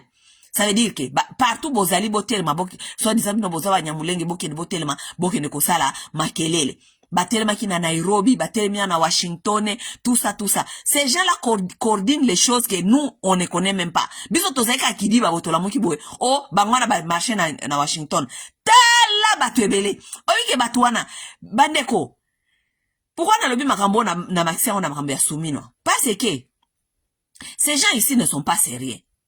Ils sont pas sérieux pourquoi tant na saki vidéo nanga passé na lobby bozana na problème ba banyamulenge bozoko quand même pas ko gérer yango. Vous êtes en train de nous ramener encore d'autres migrants Sumino. Banyamulenge balongoli bino miyoyoti balongoli bino mutokiti bozoko kalisusu te. Ils sont ici dans partout na bamboka ya mindele baza ko blâmer bino boza ko boma bango baza continuer ko memaka masolo na bango ya lokuta boza ko boma bango Suminwa nanu ata bozui ata solution te ya banyamulenge ba Rwandais bino wana bokel susu kozwa ba migrant oyo oyebi même pas ba origine na bango Suminwa ba migrant wana baza koya peuple congolais est-ce que boyebi ke ba migrant wana bazali koya nombre na bango oyo Congo ya signé ke ako recevoir na mboka na ezali 6000 baza 6000 nde bakoya na Congo bazoya na bango muke boka zate 15 wana bayaki na bango non 15 wana bayaki na bango parce que les gens là ils sont pas bêtes ils savent que résistance ezali et que les Congolais sont résistants na masolo wana. Ça veut dire bakoya na bango ebele mbala mon côté. Il faut baba na ko injecter bango muke ti bako koma ebele. Parce que il faut ba tester, it's like testing the water. Omoni mai. Omoni mozindo. Omoni mai, oyo ke mai ezaka na mozindo. Mais ok ne mbala moko to mibwaka na kati ya mai. Qu'est-ce qu'on fait? Bazora likolo. Ozuna likolo otie na likolo otala est-ce que mozindo ebandi wapi? Ou bien ozana nzete wana okubanda kotia boye otala na kati ya mozindo otala mozindo ya mai eza wapi ou bien bandi wapi. C'est comme ça parce que tant lobi makamba ba migrant oyo ba nyoso bakoma ki alerte ba congolais baza na alerte ba congolais ba sepelité. Alors il fallait que ça la politique ya stratégie ya kubanda koyana bango muke bata la réaction ba congolais. OK? Muke bata réaction ba congolais. Est-ce que ba congolais ba bimili banda ba bomi bango parce que ba continue de la bino pe ba tumo mbala moko te ebele po ba yebite na boko réagir sinon te soki bo bomi bango et comme appelle faute ya bato ba ki na bango na communauté internationale et comme makambo ebele. Alors il faut ko yak na bango muke po na ba congolais ba banda ko mesana ou bien botala soki tolérance ya ba congolais za ndenge nini ou bien capacité à violence ya ba congolais soki ba ko sala nini ou bien ça. C'est pourquoi bazon muke mais nombre ya ba migrant o bakoya au total o ba Congo est signé kondima eza 6000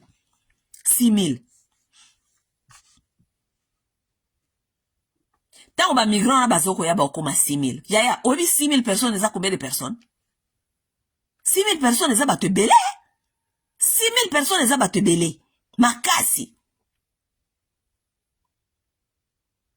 Banyamulenge bazana nokuna bozoko kate makambo ya Banyamulenge lelo tozana pays divisé en deux parce que bokoki te ko gérer immigration ya Banyarwanda bozoko quand même pas kopesa bato identité carte na mboko tozana carte d'identité te mais bozoya lisusu koya lisusu na ba Pedro na ba Maria na ba Gomez bozoya koyela biso lisusu bato lisusu oyo identité tozana ngote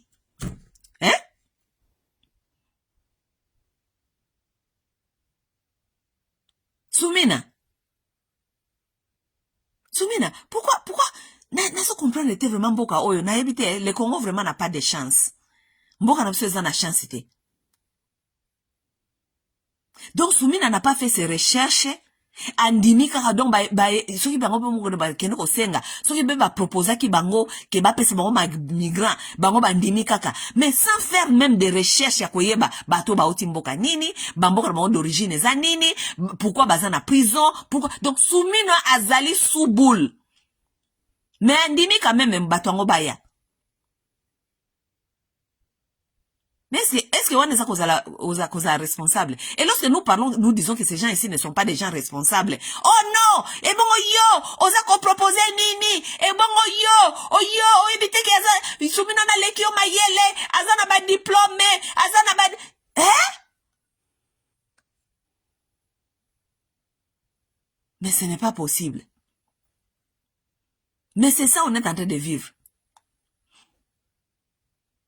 Na pesa mino politique ya américain na ba migrant oyo, ok? Parce que les problèmes aussi avec les Congolais et surtout ba oyo baza soi-disant bazali ko gérer bino, o baza ko gérer mboka et soi-disant les gens qui sont intelligents et soi-disant les gens qui sont et parce que makamba Congo ko makaka azana mayele atanga bazana ba diplôme. Même les gens qui ont des diplômes, ce sont des gens qui ne font pas de recherche. Ce sont les gens qui n'ont pas les réalités, bazana ba réalité te ya mokili. Bazana kati ya baboule na bango wana, bazana kati ya ba cercle na bango moko ya ba Congolais ya ki Congomani. Donc mentalité na bango ya Congolais et si la kate donc mokili mususu baza connecté te na makambo mususu ya mokili. Oui, ça c'est la vérité des choses.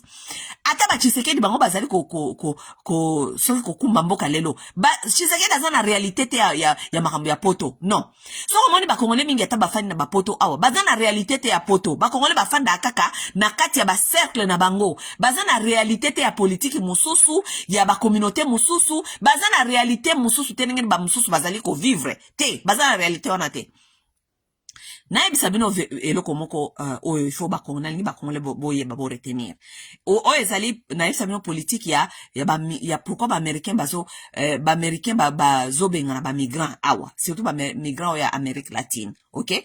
Na ebisa bino politique nango et ce sont les choses comme ça que je vous dis souvent. Ba Congolais mingi ba fana na poto mais ba yebi ba réalité ya poto te ou bien ba yebi ba réalité ya système ya poto te ba yebi ba réalité ya système ya mundele te ba yebi te ba fana kaka weza nzoto na kolia ba miliki. Donc bona bango Congolais so akomi na poto ezali opportunité ya koya kolia ka misuni kokenda kosomba ka basoso na basaki ya loso basaki ya pondu. Congolais mutasomba ka saki ya loso na poto. Congolais somba ka saki ya loso na poto. Alors que loso ekokima te ekobunga te loso ezali kaka. So ok na super machin ozo ataka mwa sachet moko ya loso ya mukebo lo mpo ozonga so ozwa ka sachet loso ya loso ebunga kate. Parce que oza na besoin kolia loso te de lundi le 30 au 30 te okolia pomme de terre kuna na Afrique to bandolia kaka baloso na baloso bosombi kaka saki ya loso parce que loso eko bunga bobite loso ya mukonuni lisusu loso eza alimentation peut-être ya tous les jours na bafufu na basaki ya bafufu ozomona pourquoi parce que peut-être boza na choix mususu te boza peut-être na pomme de terre te boza na shooter, boza na comment ça veut dire? Boza na petit poité, boza na ba légumes ya ndenge na ndenge te, boza na ba fruits ya ndenge na ndenge te. Kuna na fruits peut-être yango bosomba ka basaki ya loso parce que eza esprit à survie. Tale baka ta saki ya loso soki ya combien ya ba pound. Mais na poto, on n'a pas à manger le riz tous les jours. To lia loso mikolo nyonso te. Tu n'as pas mangé le riz tous les jours. Tu peux manger les choux, tu peux manger les haricots, tu peux manger chaque jour, balia kalo sauté. Mais Congolais, abimaka na mentalité na Afrique wana, kaka ndenga yaki na mentalité d'Afrique wana, aye ko apprendre te ndenga batumuso bazali ko vivre. Aye pe ko apprendre te système batumuso ndenga ba vivre ka. Aye ko apprendre loko moko te akofanda kaka bongoti, moko muso pa zonye ne Congo, eso donc anga na uti poto na uti mikili. Mais il s'était pas intégré, à s'intégrer. Kaka modèle abando fana na Afrique nde modèle afanda ka awa. Yo asko na bisa bino ba réalité musu ya Amérique awa. Oyo batu mingi pe bazoye bate et surtout batu bazako ndima ya ko zo ba migrant obe ba yebite pourquoi ba américain bazako bengana ba migrant de toute façon, OK? politique ezali ke il faut ba américain, surtout ba américain ya mindele, ba bengana, ba latino, ok? Je vais vous expliquer. Omoni ba noir baya na mboka oyo, ba noir américain tant baya kana bango baza ba esclave. Baya kana ba esclave, baya na bango 40 ans après, 400 ans plus tard, les Américains noirs ne savent plus où aller. Ça devient, ces pays-ci deviennent leur pays. Ok? Ça veut dire, bazali ba américain, mais normalement bazali o babenga ka ba américain ya second citizen. Ça veut dire que ils n'ont même pas le même traitement que les blancs qui sont ici. Vous comprenez? Donc, Mundele akokaki susko get rid of noirté. Ça veut dire que qu'on s'est débarrassé des noirs. Ok?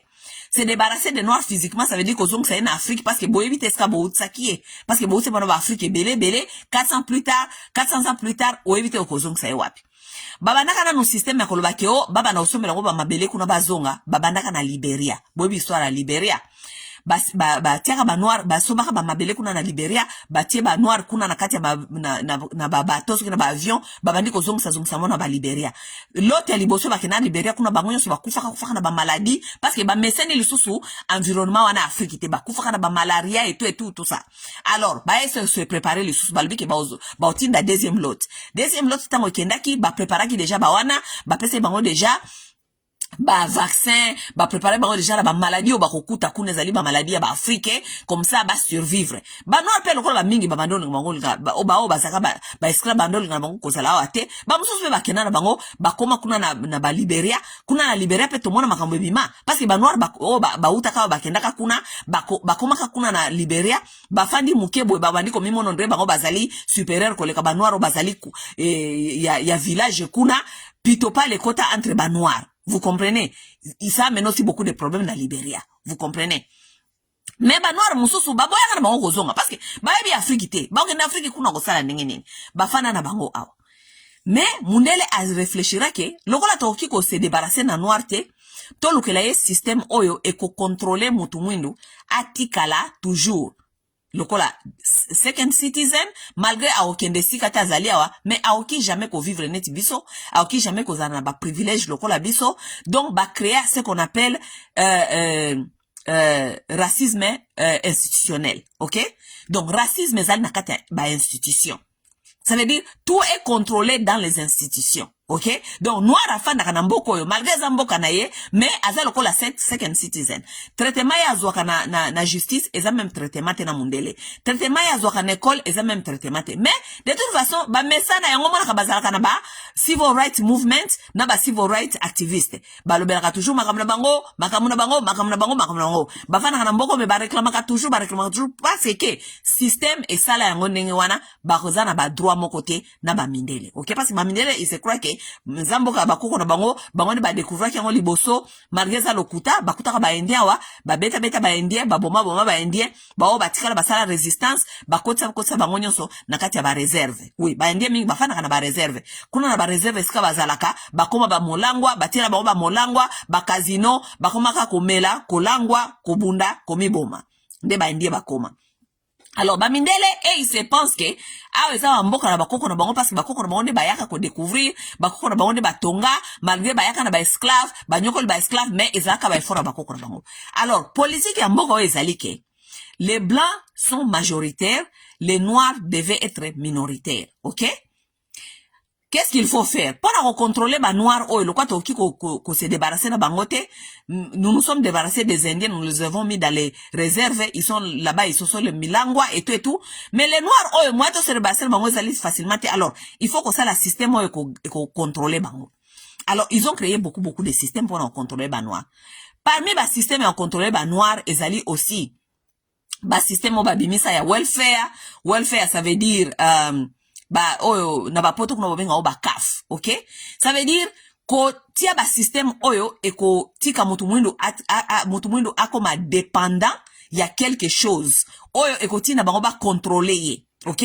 Alors ils ont mis des systèmes lokola ya ba welfare, ba biloko moko oyo mutu mwindo aza séduit facilement na yango akende komi bwaka na kati noki pona atikala na contrôle. Balbaka liboko epesa ka yango ne contrôle. Ça veut dire mais o eza likolo ne eza contrôle. C'est comme ça qu'ils ont eu les noirs ici. Alors okomona ke bantu mwindu mingi na mboka oyo za coincé na kati ya ba système ya ndenge wana, right? Ba façon mosusu ils ont mis des lois que mutu mwindu soka sali mabe ba bwaka yembala moko na prison o babengaka Jim Crow laws bazana ba Jim Crow law. Il faut botanga boyaka ba Amérique te kolia ba hamburger, vous devez apprendre. Il y a ce qu'on appelle Jim Crow law. Jim Crow law ezali mass incarceration. Ezali donc incarcération en masse. Kokanga ba noir en masse. Vous pouvez vous imaginer que les noirs dans ces pays, ils sont seulement 14%, mais la majorité des gens qui sont dans les prisons, ce sont les noirs. Comment est-ce que minorité à Batubaza 14%, bangone bakoza la majorité na kati ya na prison? Pourquoi? Parce que il y a ce qu'on appelle des Jim Crow law. Ezali mass incarceration, yaba noir. Les noirs sont plus nombreux dans les prisons. Pourquoi? Parce que il faut qu'on contrôle la population à Mutumwindu. Ceux qui vont contrôler yete Mutumwindu akbota kebele, ako se manifester awa, ako ya koton de samboka oyo, bamidele, ako leka bamidele na ebele. Alors, ce qui s'est passé, donc, makamweze bele façon contrôler Batumwindu. Batumwindu, oh, mingi, bazana ba prison, so, bati okuna peut-être ba 10 ans, ba 20, ba 14, ba 20, ba 10 ans. Ba comment ko négocier na bango. Ezana ba état oyo ba vota ba loi, ya ko négocier na Batumwindu, o ba na prison. So, okendaki kuna 10 ans, 20 ans, 30 ans, o négocier kuna na prison, isi bango ke, ba katayo, babenga nini, kobota mibali, kasre bango. Si on te castre, donc kangio kobota yo ya mobali. Donc noir mingi mibali mingi ya noir, oh kangaka 20 ans, 30 ans. Koma ko solliciter bango na prison. Soko lingi liberté na yo, to kangayo obota kali susu te, comme ça to bimisa yo. Soko lingi te otikali awa. Eza déjà na ba état o eza moi je crois ba état ta 5 boye ou bien plus ya 6 o ba vota ba loi wana ya ko négociaka kimoboti wana ya ba noir obimi na prison ozongi libanda mais oroki kobota te oko sala sexe nengo lingi mais okobota ka lisusu te. C'est pour tout ça, c'est pourquoi c'est pour contrôler la population noire et bakisamate parce que bango awa mboka o efoti kala ya mindele ya poso ya moindo ya pembe bango ne base à la majoritaire. Tout ça c'est la politique, politique démographique. OK? Ba pays bele basala ka beblo kwa ndenge wana, mais chaque pays c'est kozali il faut comprendre politique na bango démographique ke ndaka ndenge nini. OK? Mais ba noir lokola toyaka kaka na komi Amérique naka no kangisa photo na Maison Blanche na liaka ba hamburger, mais tu ne comprends pas le système. Ba noir bele batu mwindu mingi ba Afrique ba yaka ba ibi système te ba na kati. OK? Alors, wana ezali kote batu mwindu, OK? Na ko expliquer mno benda makabatu mwindu parce que nazo yana makamba ba migrant ba latino. Mais nangela pesa mno quand même moi idée bo comprendre na histoire onazo koloba esika nini nazo kende, OK? Alors, ngaita unakoma kana mboka o ya presque ba 30 ans quand même, na koma kana mboka ya presque ba 30 ans.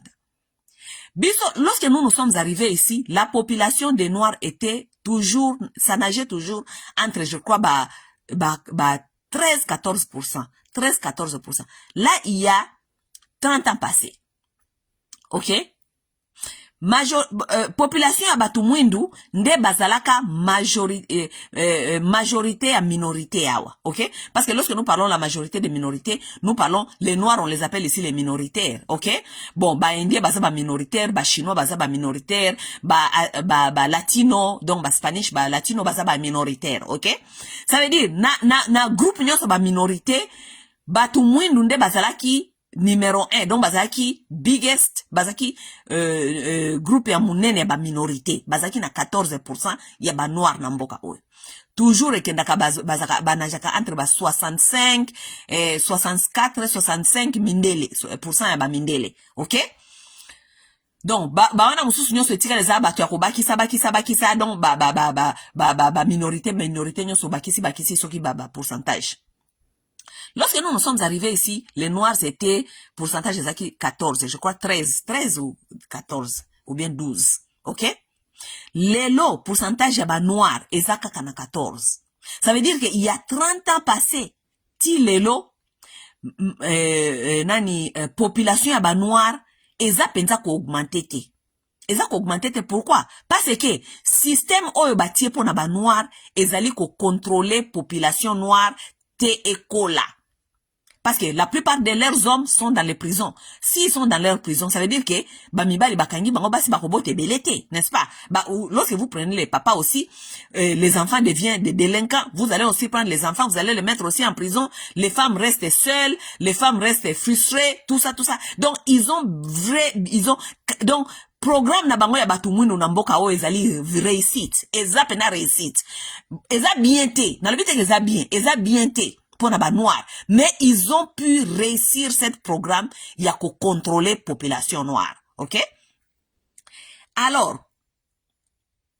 biso tango toko maka na mboka ona bisi bino ke ba noir bazalaki majorité ya ba minoritaire, mais 30 ans après oye banani bakoma majorité ya ba minorité ba latino.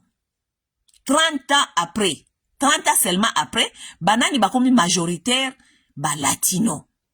Ça veut dire que dans 30 ans, ba latino, ba uti na se ba noir, ba mati na speed ganzelas, ba benga ka speed ganzelas, ba mati ba shooter, chou, mbala moko ba komi kuna. Ba latino lelo bazali, je crois, 16 ou 17%. Si je ne me trompe pas. Parce que la fois passée, Natala qui bazaki entre 16 et 17%. Lelo ba cause la ba mati li sousou. Ok? Alors, qu'est-ce que cela veut dire?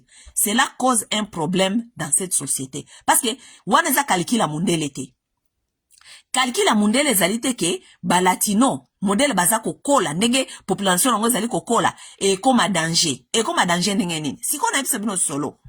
Ce qui se passe ici, ba latino, ba botaka koleka, ba noir awa. Ba latino ba botaka lokwa ba africain Afrique.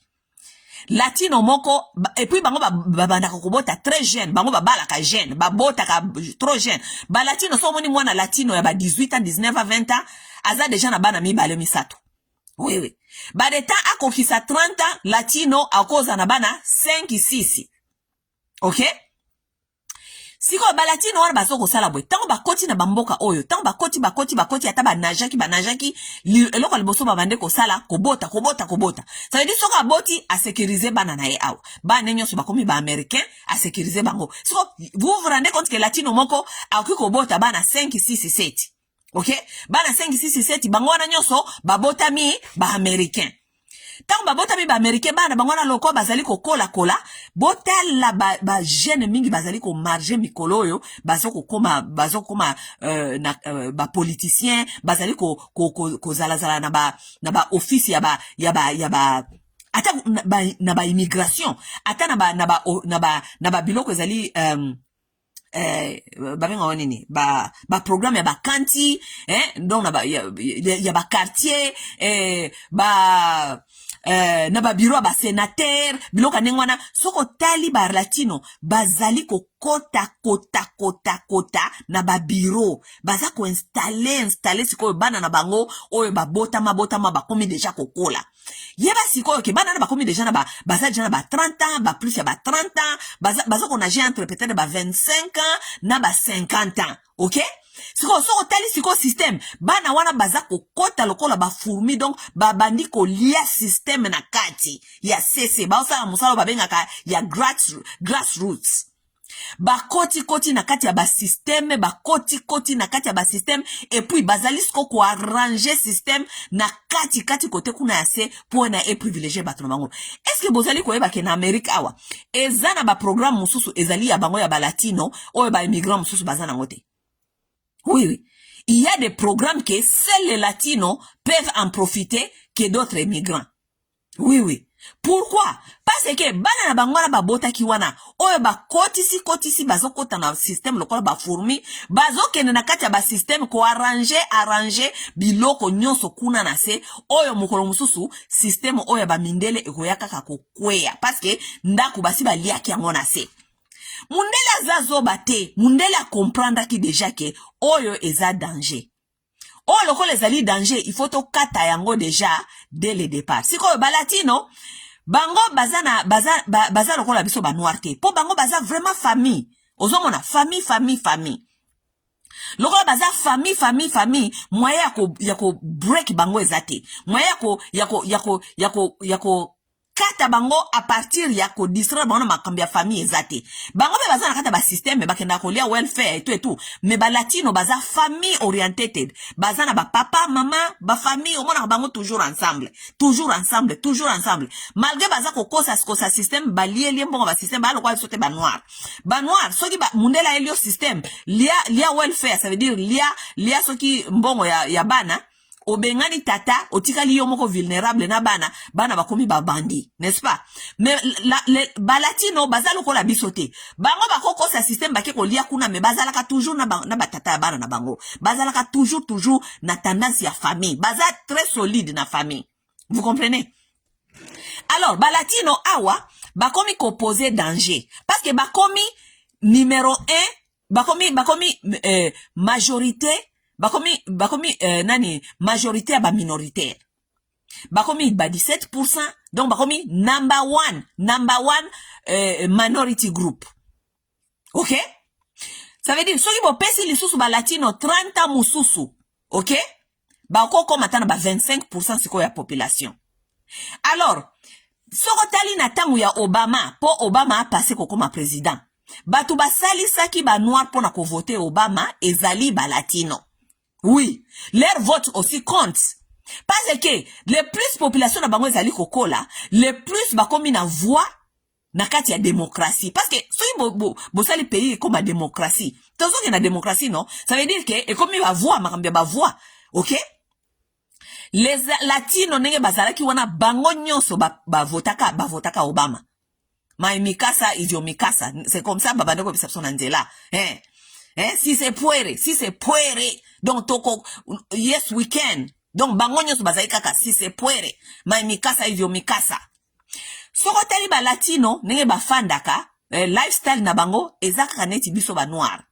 Ba latino na biso na ba noir to fandaka mingi na ba quartier moko. Parce que biso na bango toza presque na ba même bizaleli ba betaka ba muziki ya makasi biso peto betaka ba muziki makasi ça veut dire que soko ozana voisin latino osali fete ato beti muziki ta 6h 5h et tali ete yepe ndenge moko yepe afande pa na ye kuna zobeta biloko na yewana etali mutute ça veut dire que bango na ba noir baza presque na ba même lifestyle bafanda ka ensemble bakofanda ensemble cohabitation eza normal latino akiko senga yo mungwa yo pe ko senga ye mungwa latino akiko abetaka muziki na mutuka makasi mutu mwindu pe abetaka muziki na mutuka mitu makasi ça veut dire quelque part pona mundele ekomi kokomela ye danger komi kokola danger pourquoi parce que malgré azoko ko maintenir population ya mutu mwindu na se azoko kate ko contrôler ya latino population eza ko mata so latino batikele susu 30 ans lisusu na mboka oyo latino akokoma na ba 30%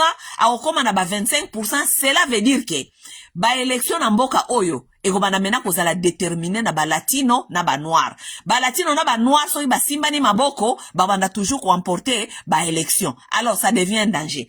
Maintenant qu'est-ce que nous allons faire parce que to contrôler ba latino il faut qu'on pèse kolokela bango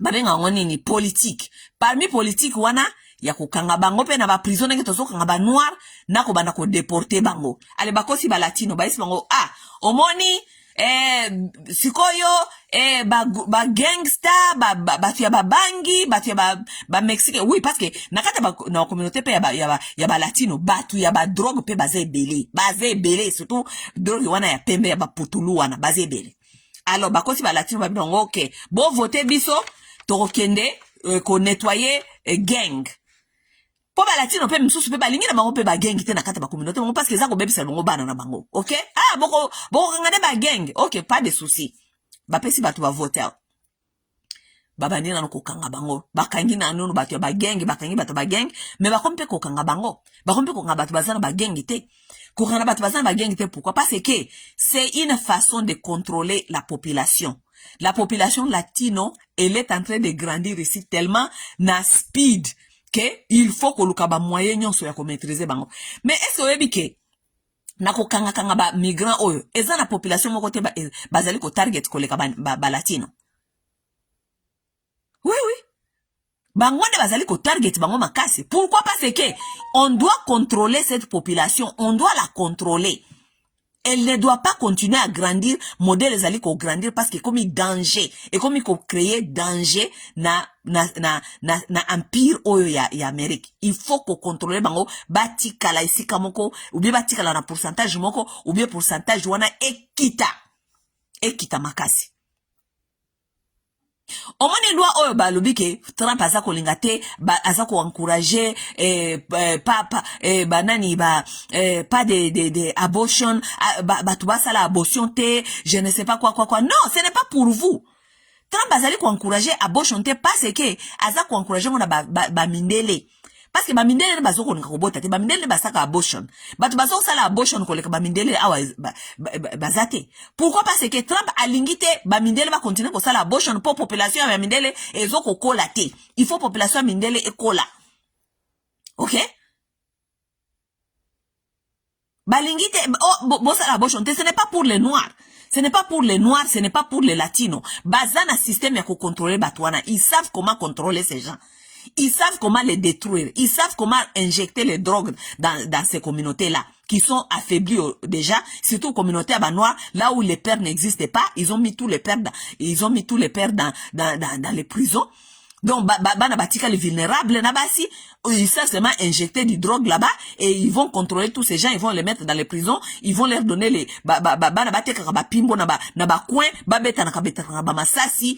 savent comment contrôler ces gens-là. Même chose maintenant chez les latinos, ils ont aussi introduit beaucoup de choses. Gang, drogue, tout ça. Donc, gang, bazako bomanaka. Mais tellement que latino bazako bota ebele, bazako kokate ko diminuer, chiffre ya latino, na makambo ya mabe bazako introduire na kata ba communauté wana. Maintenant, qu'est-ce qu'il faut faire? Il faut ko kanga bango, komana ko déporter bango, kolongola bango ao. Oui.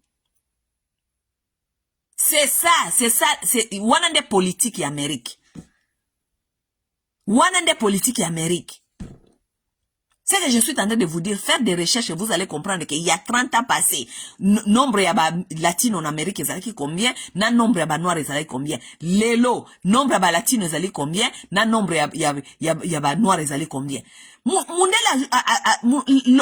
blanc ne fonctionne pas comme les noirs.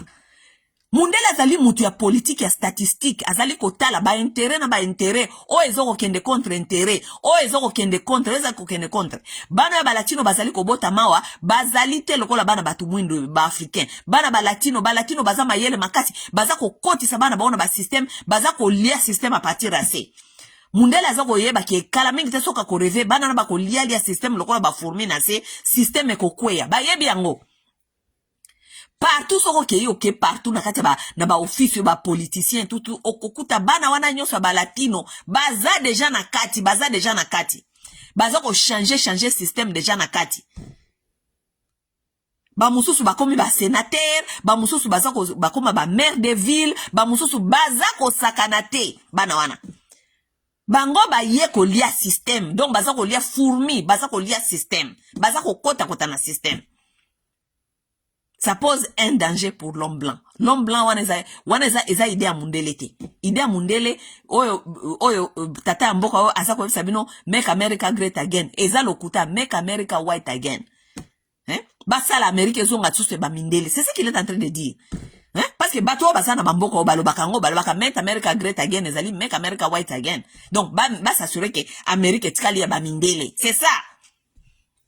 Ezaka mutu mwindu nde azana politique ya savoir vivre te. Mutu mwindu kaka nde azana politique te ya ko ingénieria société na ye. We don't engineer.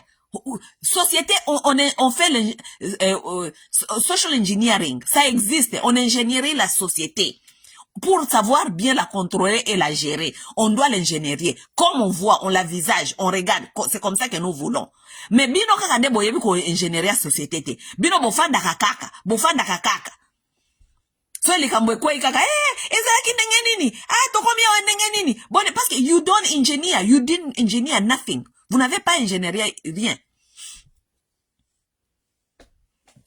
Sikoyo awa suminya sikoyo alobiki ayebeta ayebe tata pourquoi batona bazali koyate sumi na 100 boules, OK? Bango bazali koya ba pesa bino 6000 mexicains soki nani ba mexicain te mais ba latino po ba uti ba pays différent 6000 wana baye lokola bafanda kapele lokola ba africain balinga kofanda lokola ba africain ba mela bayoka masanga bazabata masanga komela ko enjoy ko bota bana belebele. Latino moko kuna ye aboti bana 5. Latino moko aye kuna aboti bana 5. Po bako boti sa ba noir. Bako bota bango moko entre ba ye wana po balinga kape ba noir. Ba bota kana ba noir. Latino soka moni mwasi ya mutu mwindo aleki mamacita chocolate. Hey baby chocolate. Latino azala bongo.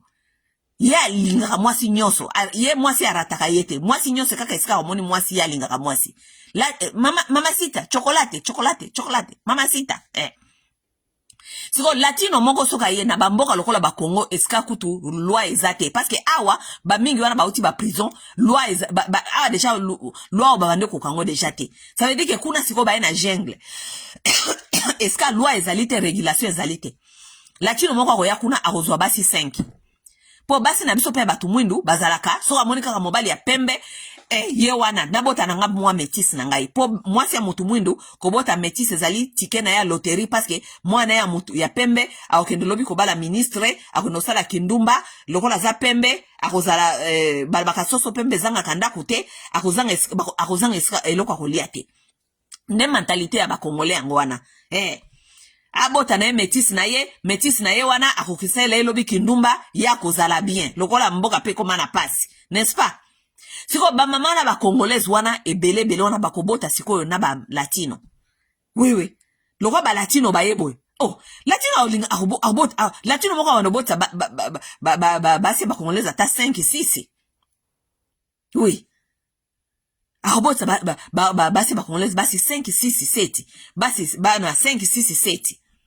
Po bota batala simate. Nazo sabino ke en Amérique taonga na yaki awa bazalaki minoritaire koleka ba noir. Lelo 30 ans après bakoma majoritaire koleka ba noir. Po na nini? Po ya bibota.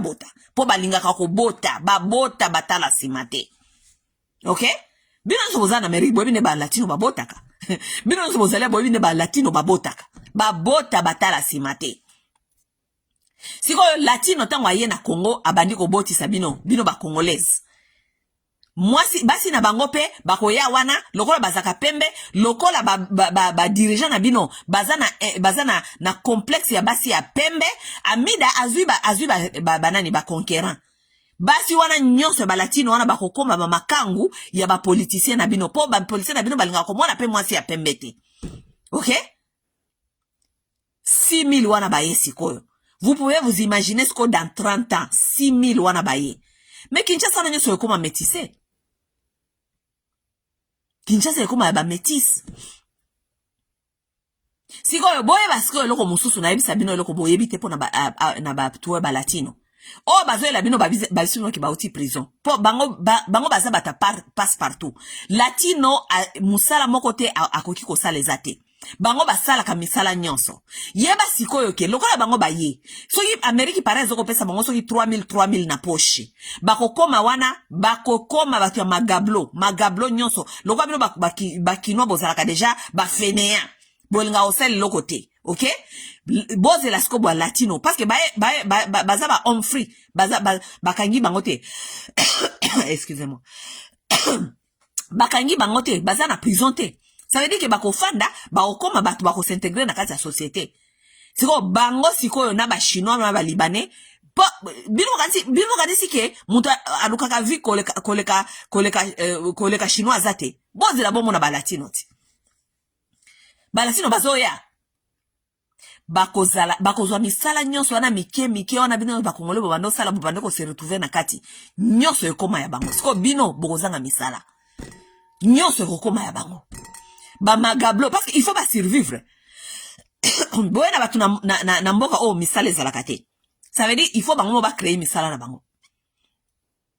Tant ba créer misala na bango babandi kozoba misala nyonso ya koteka mikate, ya kosukola ba hotel, ya kosala nyonso, ils vont tout faire. Siko oyo sasa na musala te alors que aye kofanda na mboka no ya sika akomi yepe résident. Akomi résident en Congo. Oui. Parce que soumena zoko sabino ke baye wana temporairement ndenge nini po ba okende wapi. Yo wana masolo soumena zo ebisa bato. Abio baye temporairement te. Muto baye temporairement auti Amérique. Oyebi Amérique balongwe Amérique ba sauter combien de continents po ba koma na Congo? Ba sauter combien de continents? Ba sauter Amérique ba kei Europe ba sauter Europe ba koti Afrique po baye temporaire. Baye kaka pour quelques semaines po baye lukela bango solution po ba kende wapi nakata Afrique ba kende wapi. So les solutions temporaires balingi batina bango musika ti kote ote Amérique ezangi espace te ya ko garder bato wana pona ko lukela bango solution temporaire. Non? Mutu balukela ke solution temporaire batinda kaye musika te. Ba otinda ete ba à traverser ba continent po ba kendo lukele solution temporaire. Excusez-moi, pour pas que nous ayons solution temporaire dans 2 semaines. Non. Soumino. Wana eza lokuta ozoko sa ba Congolais. Batu wana baye libela. Wana baza wana sabino makamba ya temporaire wana eza lokuta pona ko calmer esprit ya batu mwindo. Pona ko calmer esprit ya ba Congolais. Baye libela. OK? Lokola baye libela, bakoye belé ba koma 6000. 6000 quand même c'est toute une communauté. N'est-ce pas? C'est toute une communauté, ils seront obligés aussi de s'arranger maintenant. Bah s'arranger, bah peut-être ils vont s'intégrer. Excusez-moi. Bah kolukasko bah ils vont s'intégrer na Congo. Na misala na muyibi, soki ba otika muyibi to yebite. Soki be ba kangai ba ngopo na ba raison nini to yebite. So ba oya kuna siko balo ba keobo to tika moyibi to ba na kokota to s'intégrer na kata société ba ko s'intégrer noki bo kamo bo siko problème ko koma sikoyo baza banani baza na nationalité nini tango bino banda ko lobo bike bazui misala na bino basali boy e koma discrimination bango be banda siko ko comploter entre bino oh moni awa ça tozali so ba 6000 eki bamoni ke bozo linga bangote uyo ozo comploter contre bango be bakota na kata mouvement à comploter entre bango na bango bani ko sola la communauté parce que ba ko ma communauté ba attribute ba ko ma communauté nti ba ko nyamulenge ba ko ma communauté sima ba ko mi ko comploter entre bino oh moni balingi bisote o moni balingi bisote bana bango pe bazoko bota wana babandi ko sango oh omoni bato balingi bisote allez kamwa idéologie moko ekoti na kata communauté ezoko kola mais bayebi ke balinga kabisote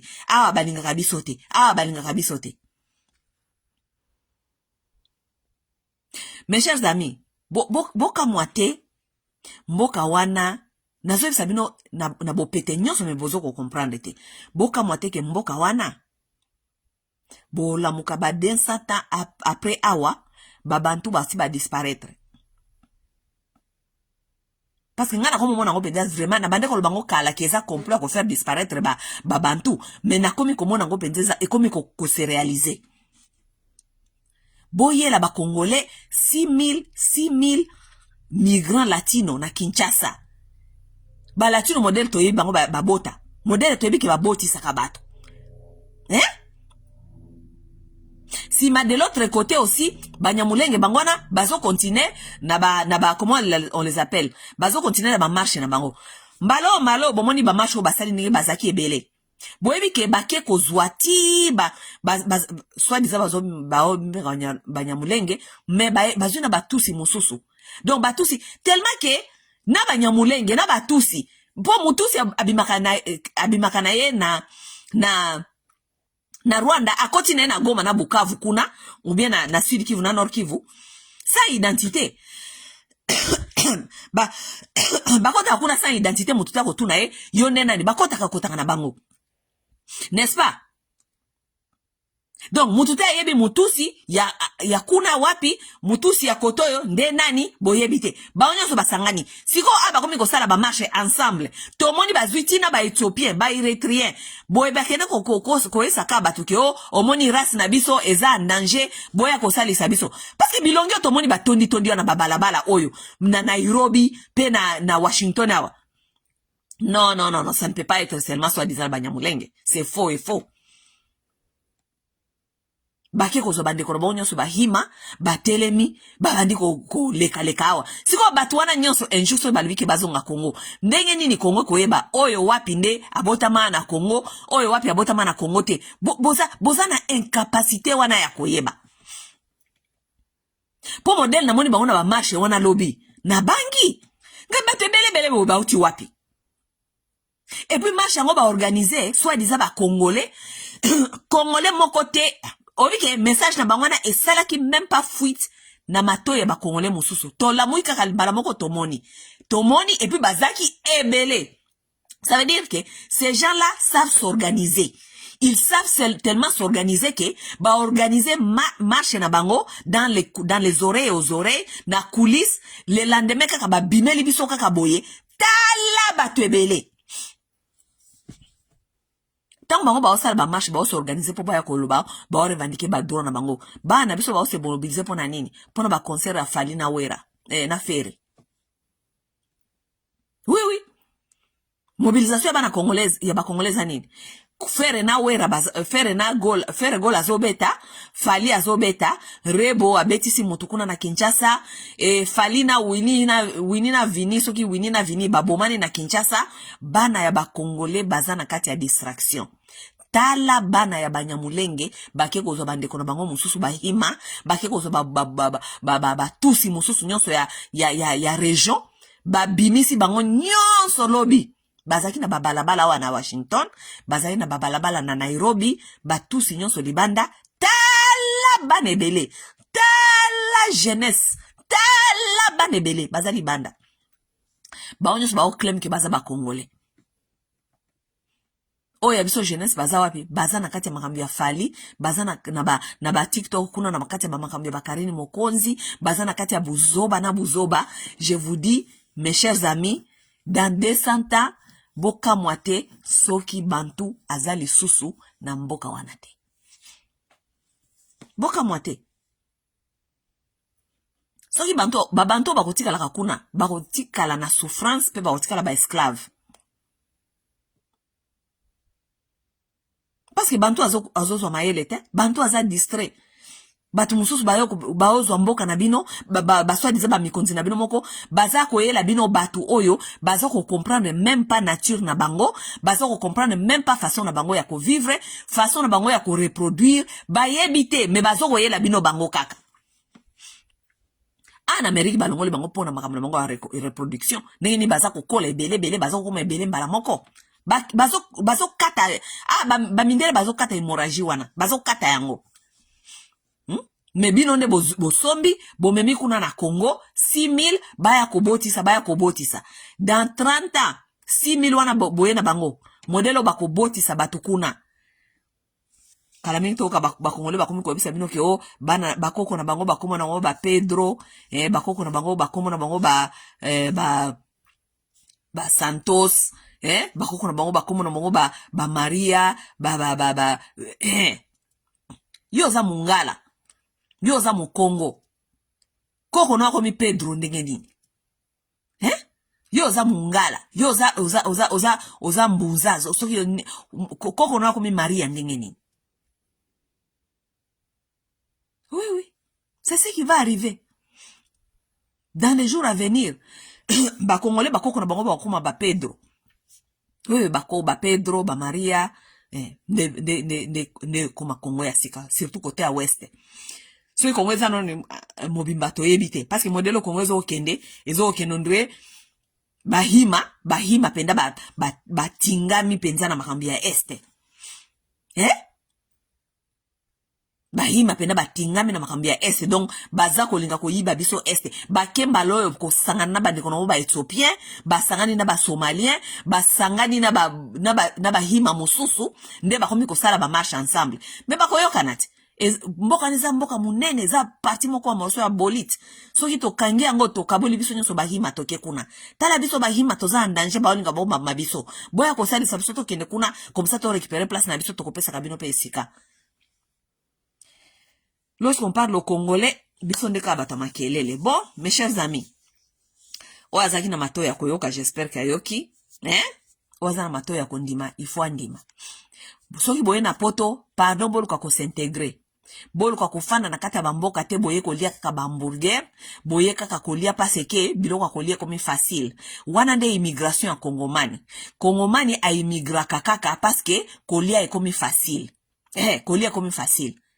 Na yawa nalia basoso, nalia ngape ba yaourt, ngape nalia biloko na kokaka kolia teta unazaka na Kinshasa. Immigration ya Kongole kaka yango wana. Mais tandis que batu mususu bayaka immigration stratégique. Neti ba latino nenge ba yena mboka oy bayaki baosala immigration stratégique. Ces gens-là sont arrivés ici baza ko tia bana na bango na kata système, baza ko lia système na se ba lia système na se ba boti ba population ekoli allez balobi tokomi siko na pouvoir ya vote. Ce sont les latinos qui ont fait passer Obama ici avec les noirs. Ceux qui va comme pouvoir. Oh, ba mindele ba comme comment et comme pouvoir ya makasi ya vote awa. Toko biso ba mindele toko perdre mboka na biso oyo. Donc il faut ko kata bato noki. Yango wana baza ko longola bato wana awa. Baza ko longola bango ba kanga ka bango puis ba comme ko kanga bango oui. Mais il faut ko longola bango parce que mutu mwindu ba mwaye ba longola ezati ba kondotika mutu mwindu wapi. Mutu mwindu yeba pesa ye drogue afandi kuna liaka drogue asa na kati assistance sociale ba tie désordre na kati famille na ye ba longoli ba papa na bandaku ba tie bango na ba prison tout ça ba hivi ko contrôler mutu mwindu parce que iska okendotika mutu mwindu ezalite. Mais latino ceux qui bakoki ko contrôler wa te bakoki ko lukele ba façon mususu ya ko tindika eska bango ba linko tindika c'est ça. Et ils ont trouvé mieux quoi tindika bango na Afrique. Congo kutu boti na Congo na Afrique kuna to changer démographique wana ba congolais. Pour ba congolais bazali kuna bazali ba useless. Donc nous pouvons envoyer ces gens là-bas to changer démographique ya ba tuana. Pour mongolo biso pe to kende kuna ko kende ko ba benga nini kutawala ezali ko renye kuna to kuta pe mwa bata démographique wa bazaka suspenda ba noir te bakoma mwa pembe anyway wazali na mato ya koyoka yoki wazali na mato ya kondima tozolanda kaka makambo ya politique mboka na biso muke to apprendre muke to yo ebisa bino. Bonne journée, bye.